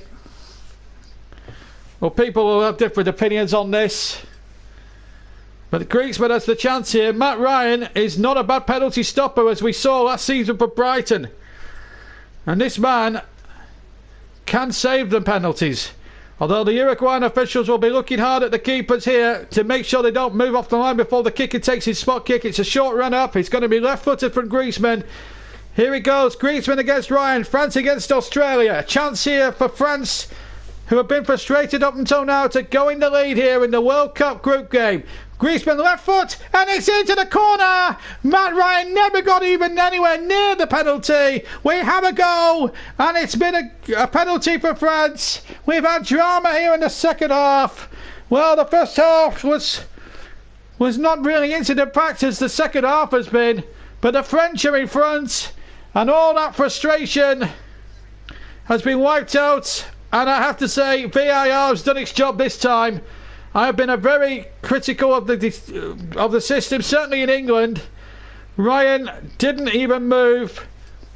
He feinted to go to his right. He ended up, and Griezmann put the penalty to his left. And the ball goes into the back of the net, and he'll feel better about things now. They had a chance with 57 minutes of the game gone, but well, that is a talking point for sure. I did look at with the naked eye. I thought that was a penalty kick, and I have to agree. I have to agree. I mean, maybe the Uruguayan official has just probably got himself out of jail there, because up until then he didn't have a particularly good match. Now Griezmann, now forward it goes, and here's a chance now for him. For Dembele now, they've got plenty forward, and Mbappe's there too, and ball back towards Griezmann, who's just charged down. Griezmann tries again, and in the end he was hounded out by the Australian defenders, who now have to come out and play the football, because the defensive tactic that served them for the first 57 minutes has now backfired badly against them, and now they've got to come out and try and hit back. Because the first game, you need to get at least a point to give yourselves that opportunity of qualifying for the second round. Only the top two go through. The bottom two will go home after 3 matches. And it is tough look at Australia, because they have absolutely frustrated the French, but the magic of VAR has certainly worked its oracle this time. That's a foul, surely, by N'Golo Kante, who's not really, to be fair, not had one of his better games. So Griezmann off the mark in the World Cup. He's had 3 shots a goal, a penalty, and he's covered 6.3 kilometres in distance. But it's a free kick to Australia, who need to hit back straight away here. If they can hit back straight away, they can go back to their parking the bus tactic here. But I have to say, VAR got it absolutely right in terms of the penalty decision.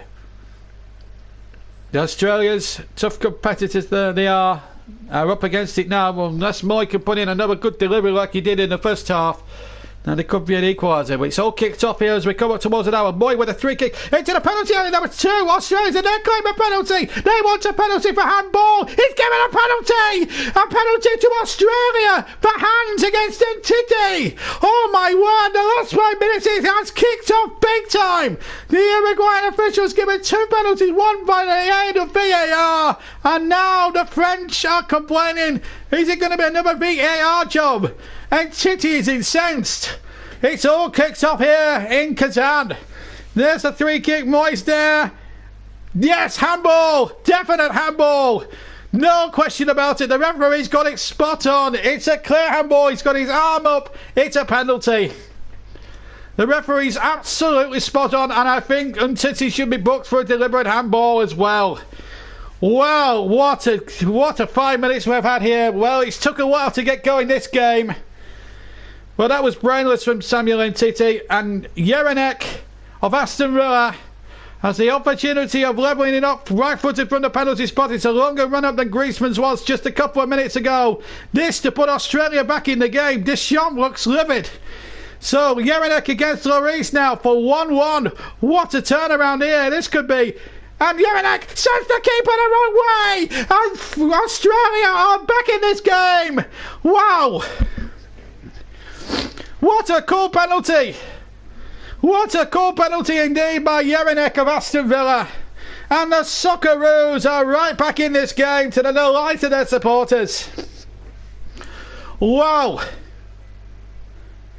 It took about 56 minutes to come to the boil, but my goodness, has it come to the boil and simmered or what?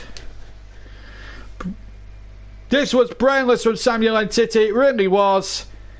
It was almost Maradona, hand of God, Mark II that.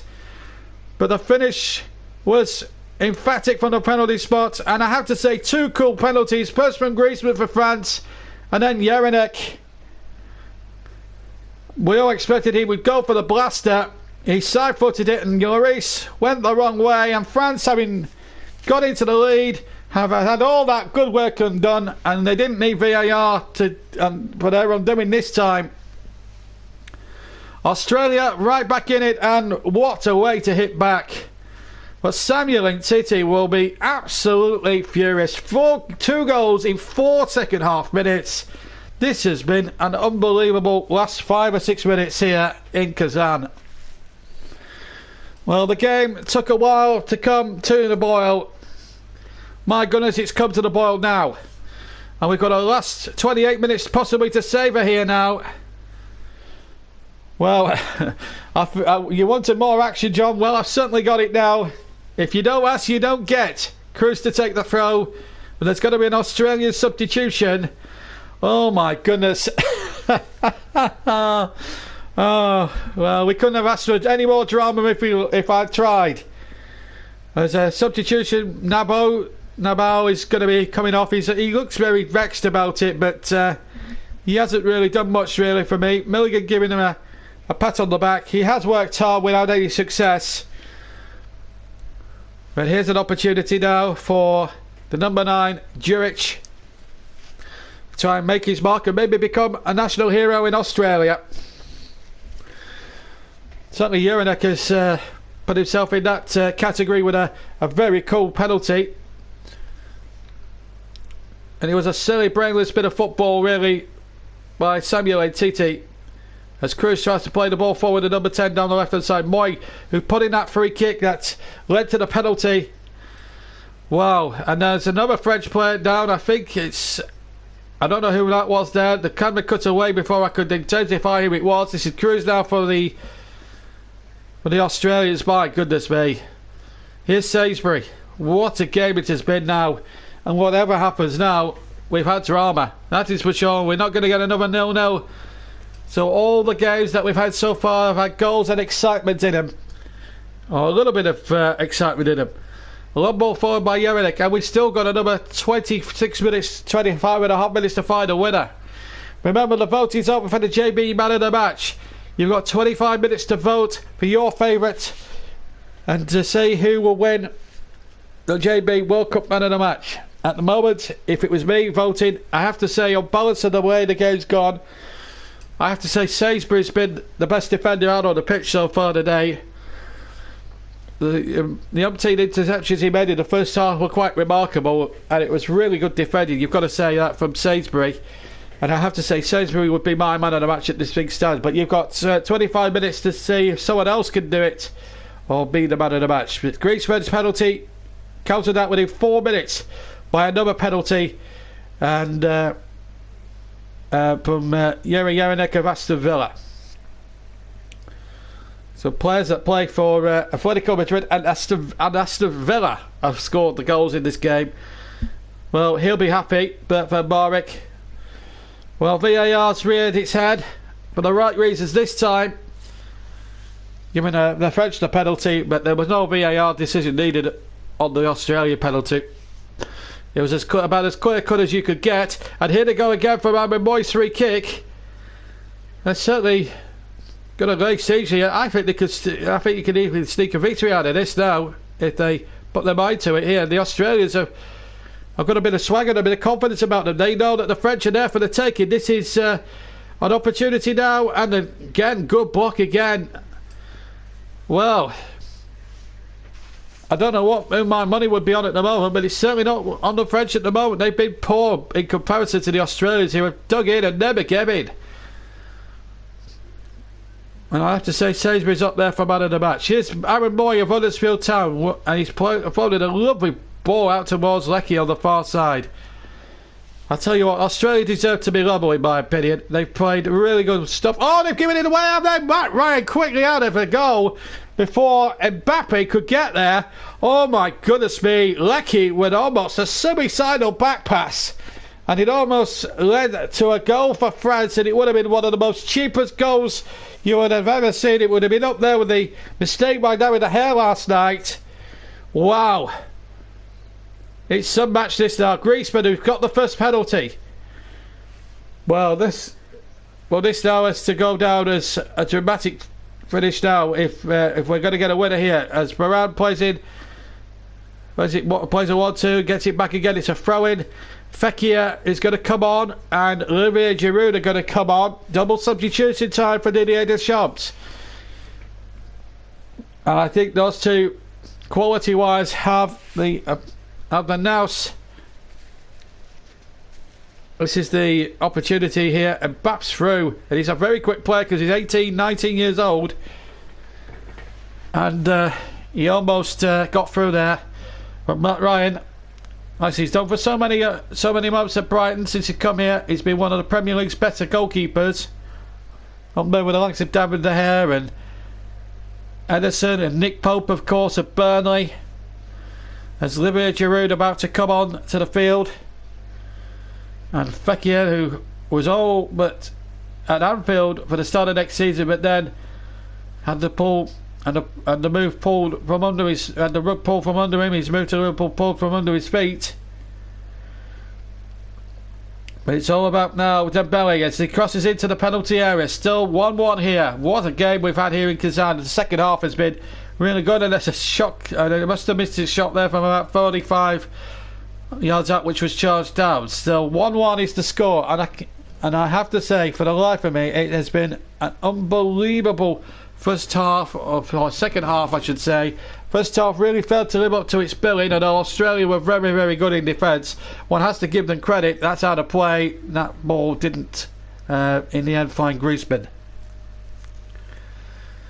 Well, halfway through the second half then, and here's the double substitution, and Olivier Giroud, who left Arsenal in January to join Chelsea, and Griezmann is being substituted. Well, that is a bit of a surprise. I have to say, Griezmann looked a little bit perplexed by that. It's a strange move from Didier Deschamps. He's the talisman, the man that makes France tick, and he's coming off the field, and this might be good news for Australia here. Seeing the back of him.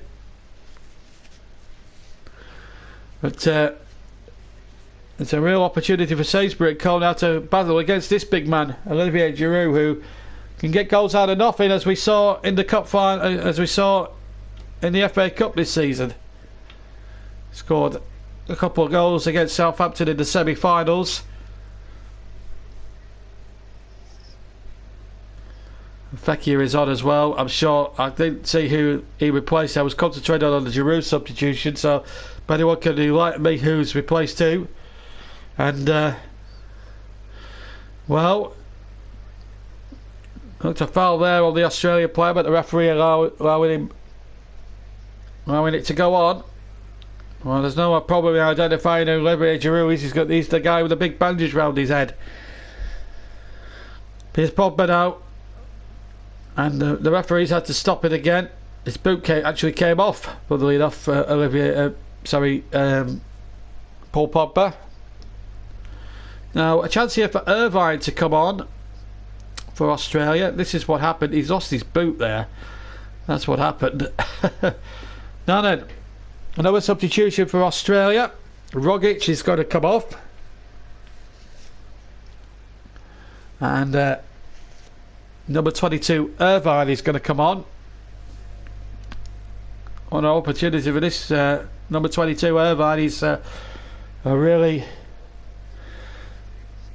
hard worker himself. Rogic has done really well, worked very hard up front, played in that number 10 role. Getting a good round of applause from the man who's about to replace him, Irvine. As I said, Fekir is on. I don't know who he came on for, actually. I'll have to double check that.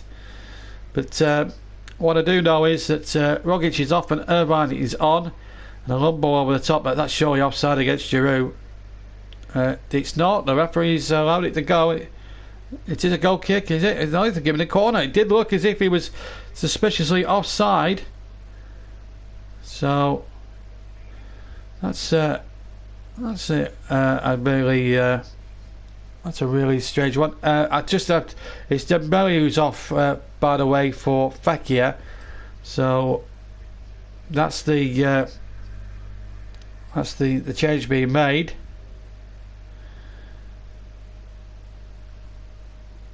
Well, that was from the corner, I think, and that's out for a goal kick anyway.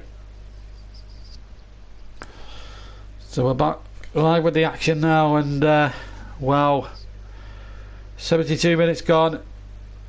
Usually in these games you get a better you don't get a great first half, but in the second half it's all been all action, and you can't deny that. Here's an opportunity for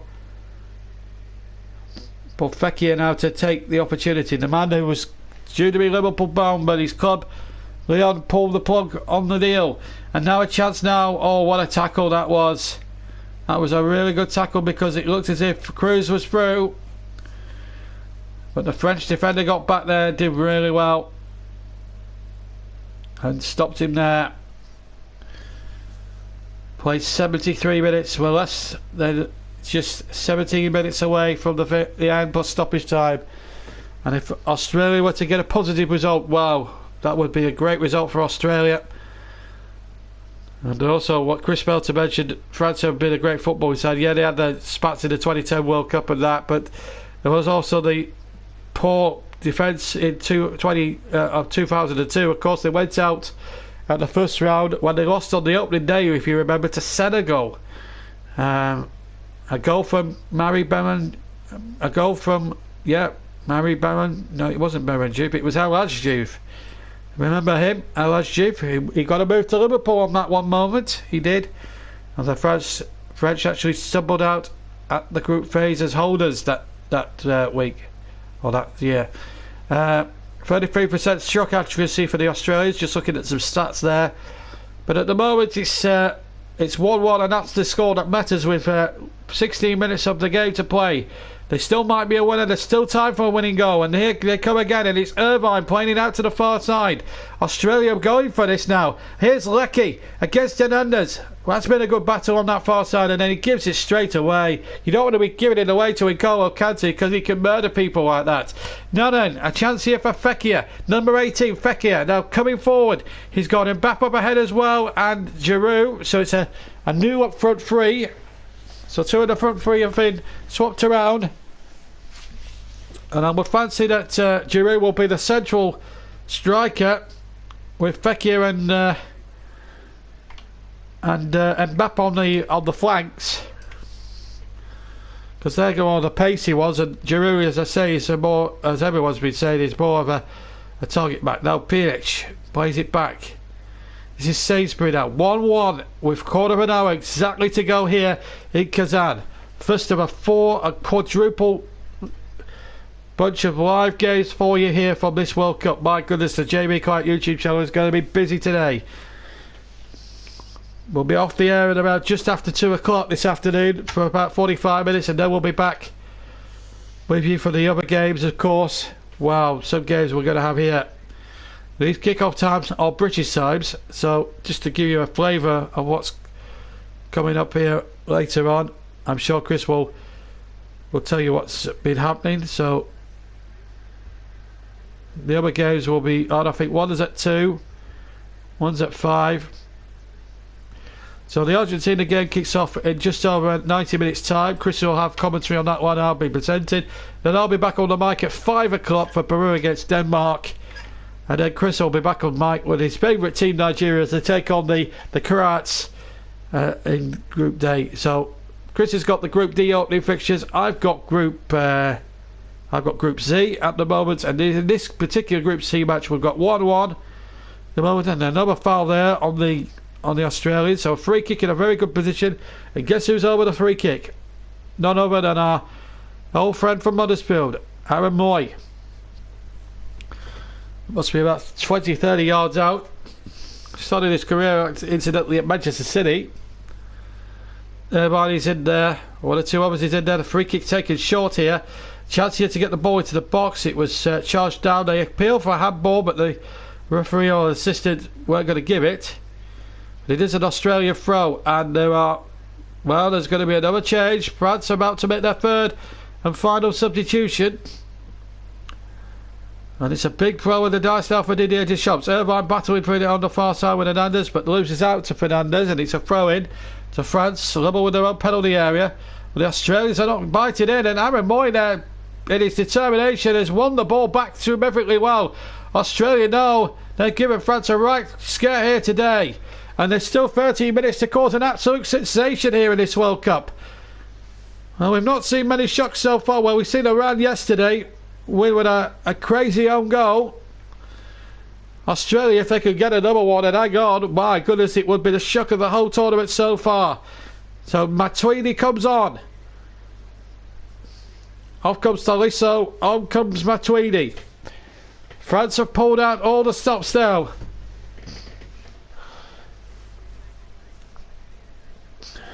It's been Zachary Blair rather than Around for the French. And as far as the Australians are concerned, they're going for the crunch. 1-1. 12 minutes to go here in Kazan in the 2018 FIFA World Cup. Group C this is. And still the French, who are favourites to go through on the group. It all depends on how Denmark and Peru are, who their famous World Cup moment, of course, came in 1978. More about that little run during the second commentary that we'll have of them against Denmark. And of course, that has a special interest for me because the Danish keeper Schmeichel is in my Works 3 team. So I'll have a little bit of a special interest in that one. And that's a game we'll be on the air for that one at 10 to 5 this afternoon.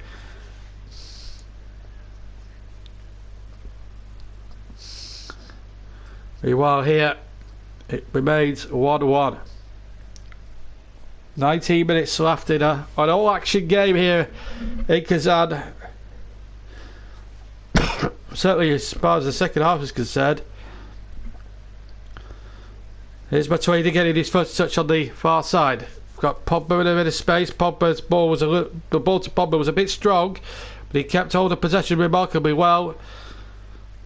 And again, hooked away once more by the Australian defence. Remember covering France's opening game of the Euros 2 years ago, and they made hard work of beating Romania in Paris in the Stade de France. A late goal was enough to see them over the line that night. Now they're going to have to work hard to beat this stubborn Australian team who have not given in or dug in. This is Matuidi on the far side, trying to thread it through to Giroud on the edge of the Australian penalty area. The Aussies have got it out, and now they're tired looking at the moment. And I think stamina's going to play a part now in the final 10 minutes. Here's a chance now for Giroud. Through the middle it goes, and a little flick on off the crossbar. Did it cross the line? The goal line technology will tell us. Pogba's claiming it's a goal, I think. I think it's a goal. Yes, it's gone over the line.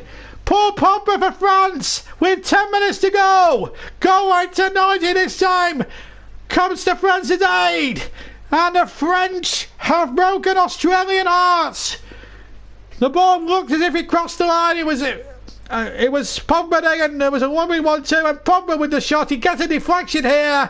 Oh, I have to say, it looked as if it crossed the line. He gets a deflection here. It's looped over poor Matt Ryan, who can't do anything about it, and it's clearly crossed the line. The goal technology system in operation has got that spot on for me. That's over the line.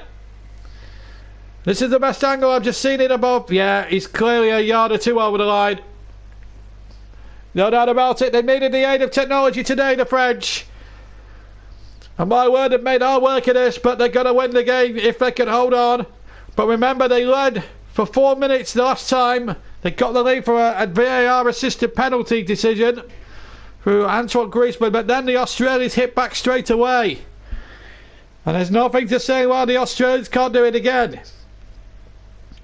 And the most removed man in the stadium at the moment will be Samuel Ntiti, because it was his silly handball that gave away the penalty that Australia took with great aplomb through Billy Jelinek. But here goes Matuidi, but the substitutions must have worked.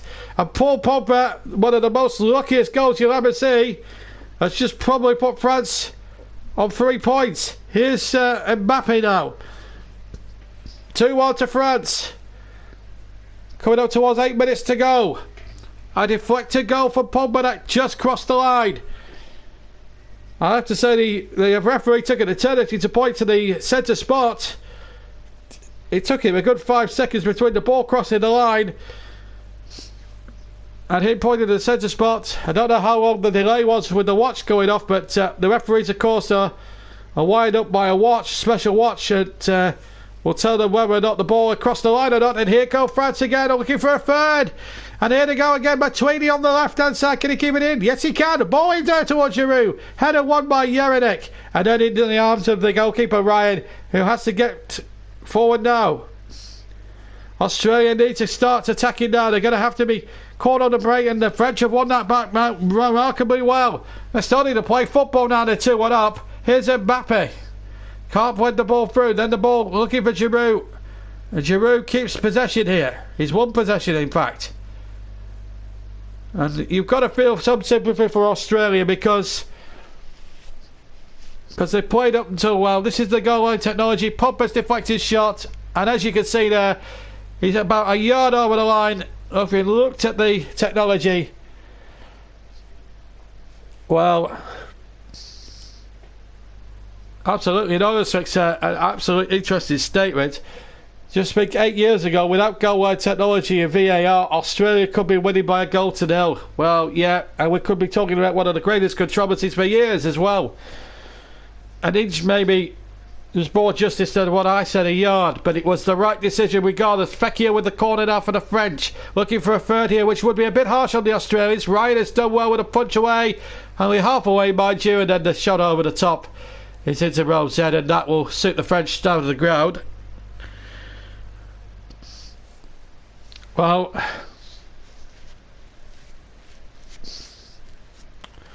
it's a substitution for Australia.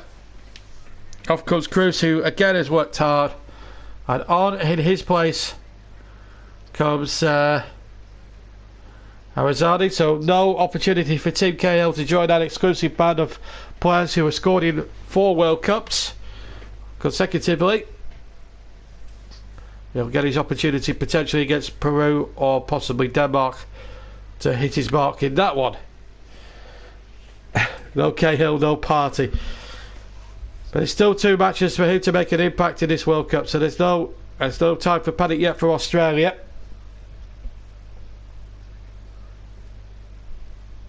As we come up to the last 5.5 minutes today, absolutely anonymous says Australia get an A for effort. Worked hard their socks off today. I like to think what absolutely anonymous thinks of man of the match as well, 1 or 2 others.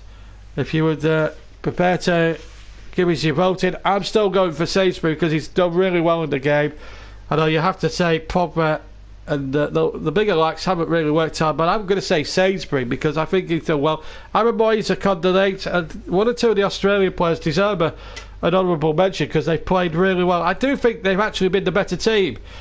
I have to say France's man of the match has been the technology, really. VAR worked out in their favour and the goal line technology worked out in their favour. So, but that's why we have them in place, so we can take out controversial decisions, although it does take out some of the talking points to a certain extent because you're still going to have the talking points, whatever. 5 minutes to go. France 2, Australia 1 for a VAR penalty converted by Antoine Griezmann, and then a goal from Pogba deflected. It was on target, looped over Matt Ryan's head and off the underside of the bar, and it crossed the line by an inch or 2 to give the French the lead. Australia hitting back in between those goals for a penalty stupidly conceded by NCT. And 4 minutes to go. It's a bit like get out of jail time really for the French, really. But fair play to Australia. They've worked hard, but here they come now. Fekir through the middle. And he's been brought down. Yellow card. I think that's harsh. I think that's harsh against BH, I have to say. I really do have to say. And he's absolutely frustrated. I have to say the Uruguayan official hasn't done well. Absolutely anonymous has said I will go for Sainsbury's, and I have to say Sainsbury, I said, not Sainsbury's. I'm talking about the supermarket there, aren't I? But yes, so 2 votes for Sainsbury's for myself and absolutely anonymous. I think Sainsbury, with 3 minutes to go, is going to be the JB man of the match. So a bit of consolation for him. Although it's not going to matter too much in the grand scheme of things, because the result was more important than the winning of individual awards. As Fekir is going to get the opportunity now with a free kick. And it's to the right hand side, left footed. An opportunity now for number 3, perhaps. Referee just making sure there's no pushing and shoving going on with less than 3 minutes to go now. But stoppage time at the end of the game. Referee's happy again. Fekir with the free kick and he's gone for goal. Hit the 2-man Australia wall. Which did its job, although it did break in 2 at one point. But a real sense of victory, really, a real sense of delight, really, from France, although they haven't played at their fluent best. Sometimes you don't have to play at your best to win games. It's all about the points in the opening stages of the tournament, and then the real football starts when you get to the knockout rounds. Sometimes these group games can be a little nerve-wracking. I have to say, unfortunately, the Uruguayan officials have not really done themselves justice today. But you have to say, VAR's helped him out there. The goal line technology's helped him out the jail a little bit there, the official. I know he's given some very harsh decisions in favour of the French. But he got one big decision right, the penalty that gave Australia the opportunity to level, which they obviously took in the second half. But it's to be no avail at the moment as Pogba comes forward, finds him back, tries to play back to Matuidi. Matuidi with a first-time cross, deflected into the path of the goalkeeper off Aaron Moy. And Australia now, with less than 90 seconds of normal time to go, have to get on with it. We're going to be looking. Here's Irvine against Kante. Kante's won the battle with Irvine, and Kante's got away from 2 Australians. One of them was Irvine. He's got away from Aaron Moy. Now then, the French are in full pelt here as Ryan comes off his line. The flag has stayed down. Ryan's badly out of his goal, and Mbappe just has to square it now. Can Fekir finish? The goalkeeper's well out of his ground. They took too long then, the French. What were they doing? Australia have got away with it now, and they've gone forward looking for an equaliser. Out comes Lloris now at the other end. Clears it out for a throw-in. It's still not over yet. Australia have fought back before from the dead in this game. They have still got the opportunity to do so. What a finish in this game. But Fekir here, why did he just shoot himself? Ryan was out of his goal. Or even try and chip the keeper. Even if it went over the bar, at least he's wasted a little bit of time for the French, which would have been the more logical thing to do, but he didn't. And as it turns out now, France are having to pull everybody back because now Australia are attacking now in the last stages of the normal time. And they're looking for a free kick. It will break out to the far side. Chance here for a cross if it can be delivered perfectly. Moy has the ball. Moy gets the crossing. There are 4 Aussies in the penalty area. It's hooked away by the French. We're into stoppage time now. We're playing the 90 minutes. And 5 added minutes to add to the drama here at the end. 5 added minutes. Australia can still believe there's a French player down, which is going to add on a bit more time at the end here.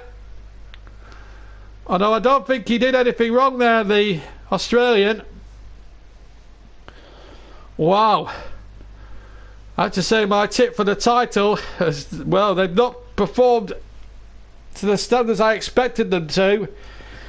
And it's been that sort of afternoon. Wow, dear. 2-1 to France, but it's not been without struggle. And we've played almost a minute of the 5, but I suspect there's going to be at least an extra minute on for the injury at the end, so it's probably going to be about 6 minutes added on if the Uruguayan official's got his head about him. Well, 5% high. Hello to you. Thank you for joining our coverage today.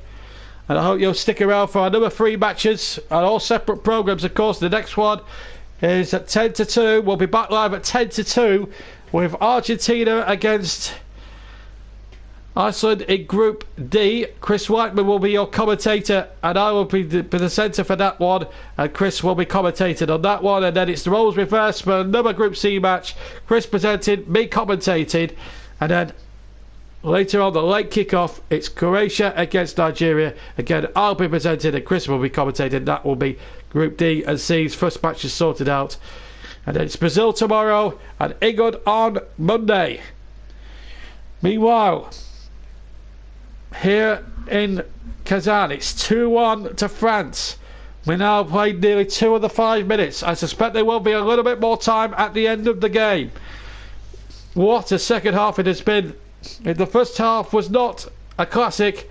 The second half truly has been. We've had VAR decide a penalty decision for the first time in the tournament. VAR's been involved, and it's my first ever experience in dealing with the VAR thing, and as a commentator, and I have to say I was almost caught out by it. But well, a free kick to Australia. Can they get back into the game and save themselves? What a story it could be if they were to get an equaliser and play so well. Just to confirm, everybody, that Sainsbury has been voted the JB man of the match. So Sainsbury is the man of the match for our listeners, and he will be the first recipient of man of the match. But can his side get level and get a crucial point? They deserve something from this game.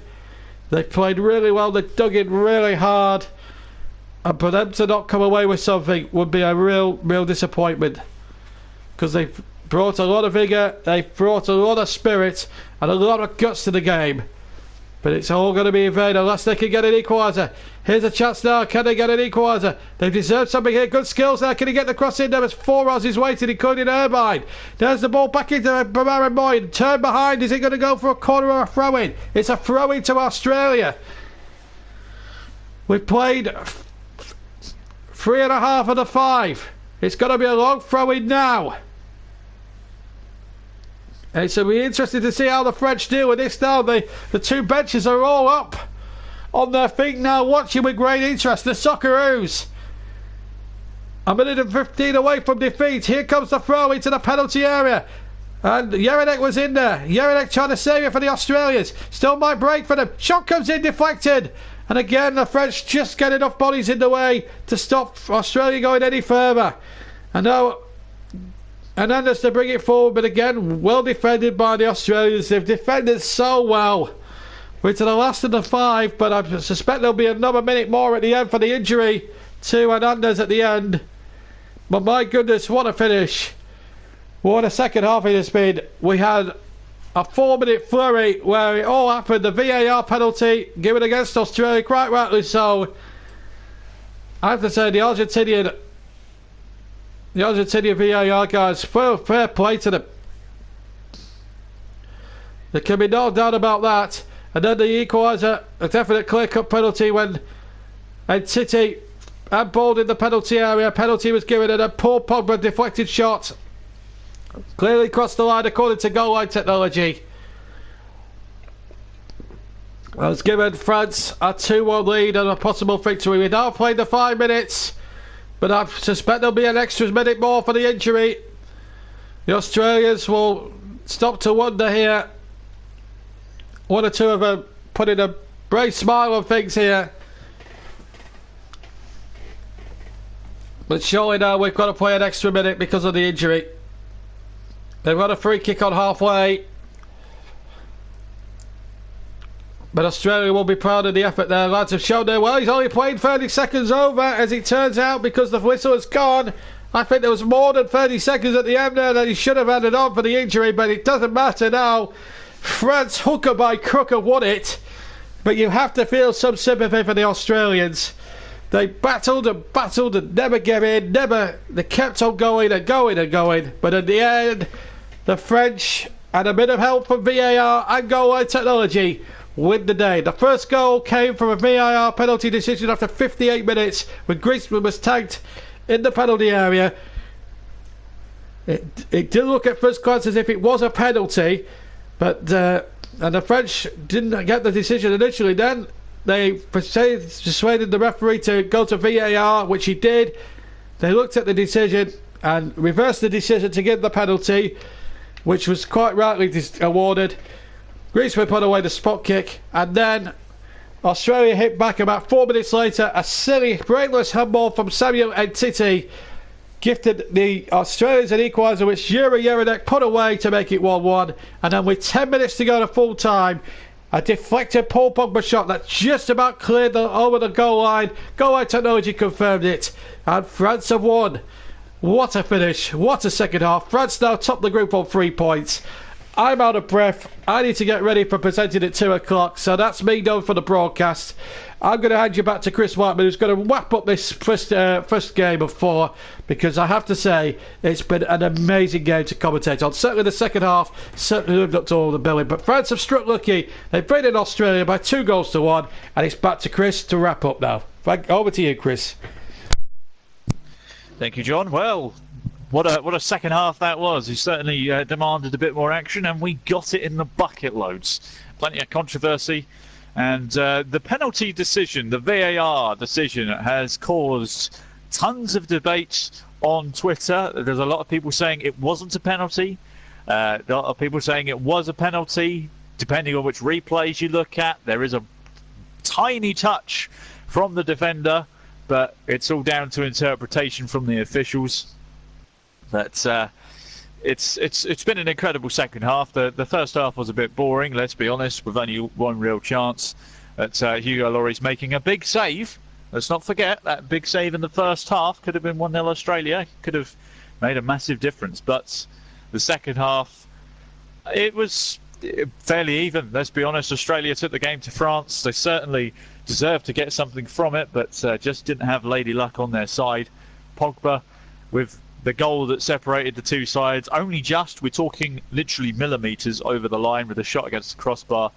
And France can probably consider themselves lucky to come away with 3 points, to be honest. They certainly didn't show the World Cup winning credentials that they've been boasting across the summer, but I suppose the first match is always where you get the, dust off the rust and get into it. So they'll certainly be looking to improve on that performance. But if they play like that against bigger teams, they've only got to deal with Peru and Denmark in this group now. So you would think that they will get results there. But against one of the bigger teams in the tournament, you think if they play like that, they won't get a result. As for Australia, they'll be gutted to not get anything out of that match. But if they play like that against Peru and Denmark, surely they'll be able to pick up enough points to get through the group stages. They've definitely impressed with their performance today. But in terms of man of the match, he went to Sainsbury of Australia. He did a really good job in defence. It was an absolute man-mountain. But that was an incredible 90 minutes. It's very bizarre. VAR, rightly or wrongly used, depending on who you speak to. It's basically a 50-50 split on social media. Everyone's discussing it, whether it should have been a penalty or not. But it was given as a penalty. You can't take it back. And if there was any controversy about it, Australia did get the penalty themselves after Ntiti handballed, so essentially wiped out that controversy. So the difference, Pogba's goal that was millimetres over the line, is what has separated these two sides today. And that's going to wrap up our coverage for this game. France-Australia. France come out victors by 2-1 to top the group. I'm off to take a quick break, and you can join us in 45 minutes' time for when we begin coverage of Argentina against Iceland to kick off Group D. It's going to be a cracking experience. I'm going to get the pleasure of commentating on Lionel Messi and Johan Berg Gudmundsson facing off against each other. So it's going to be a fun one. Hopefully you can join us for that, and I will see you all there. Thank you very much for joining us. Thank you, John, for the commentary, and we shall be back in 45 minutes for Argentina against Iceland. See you there.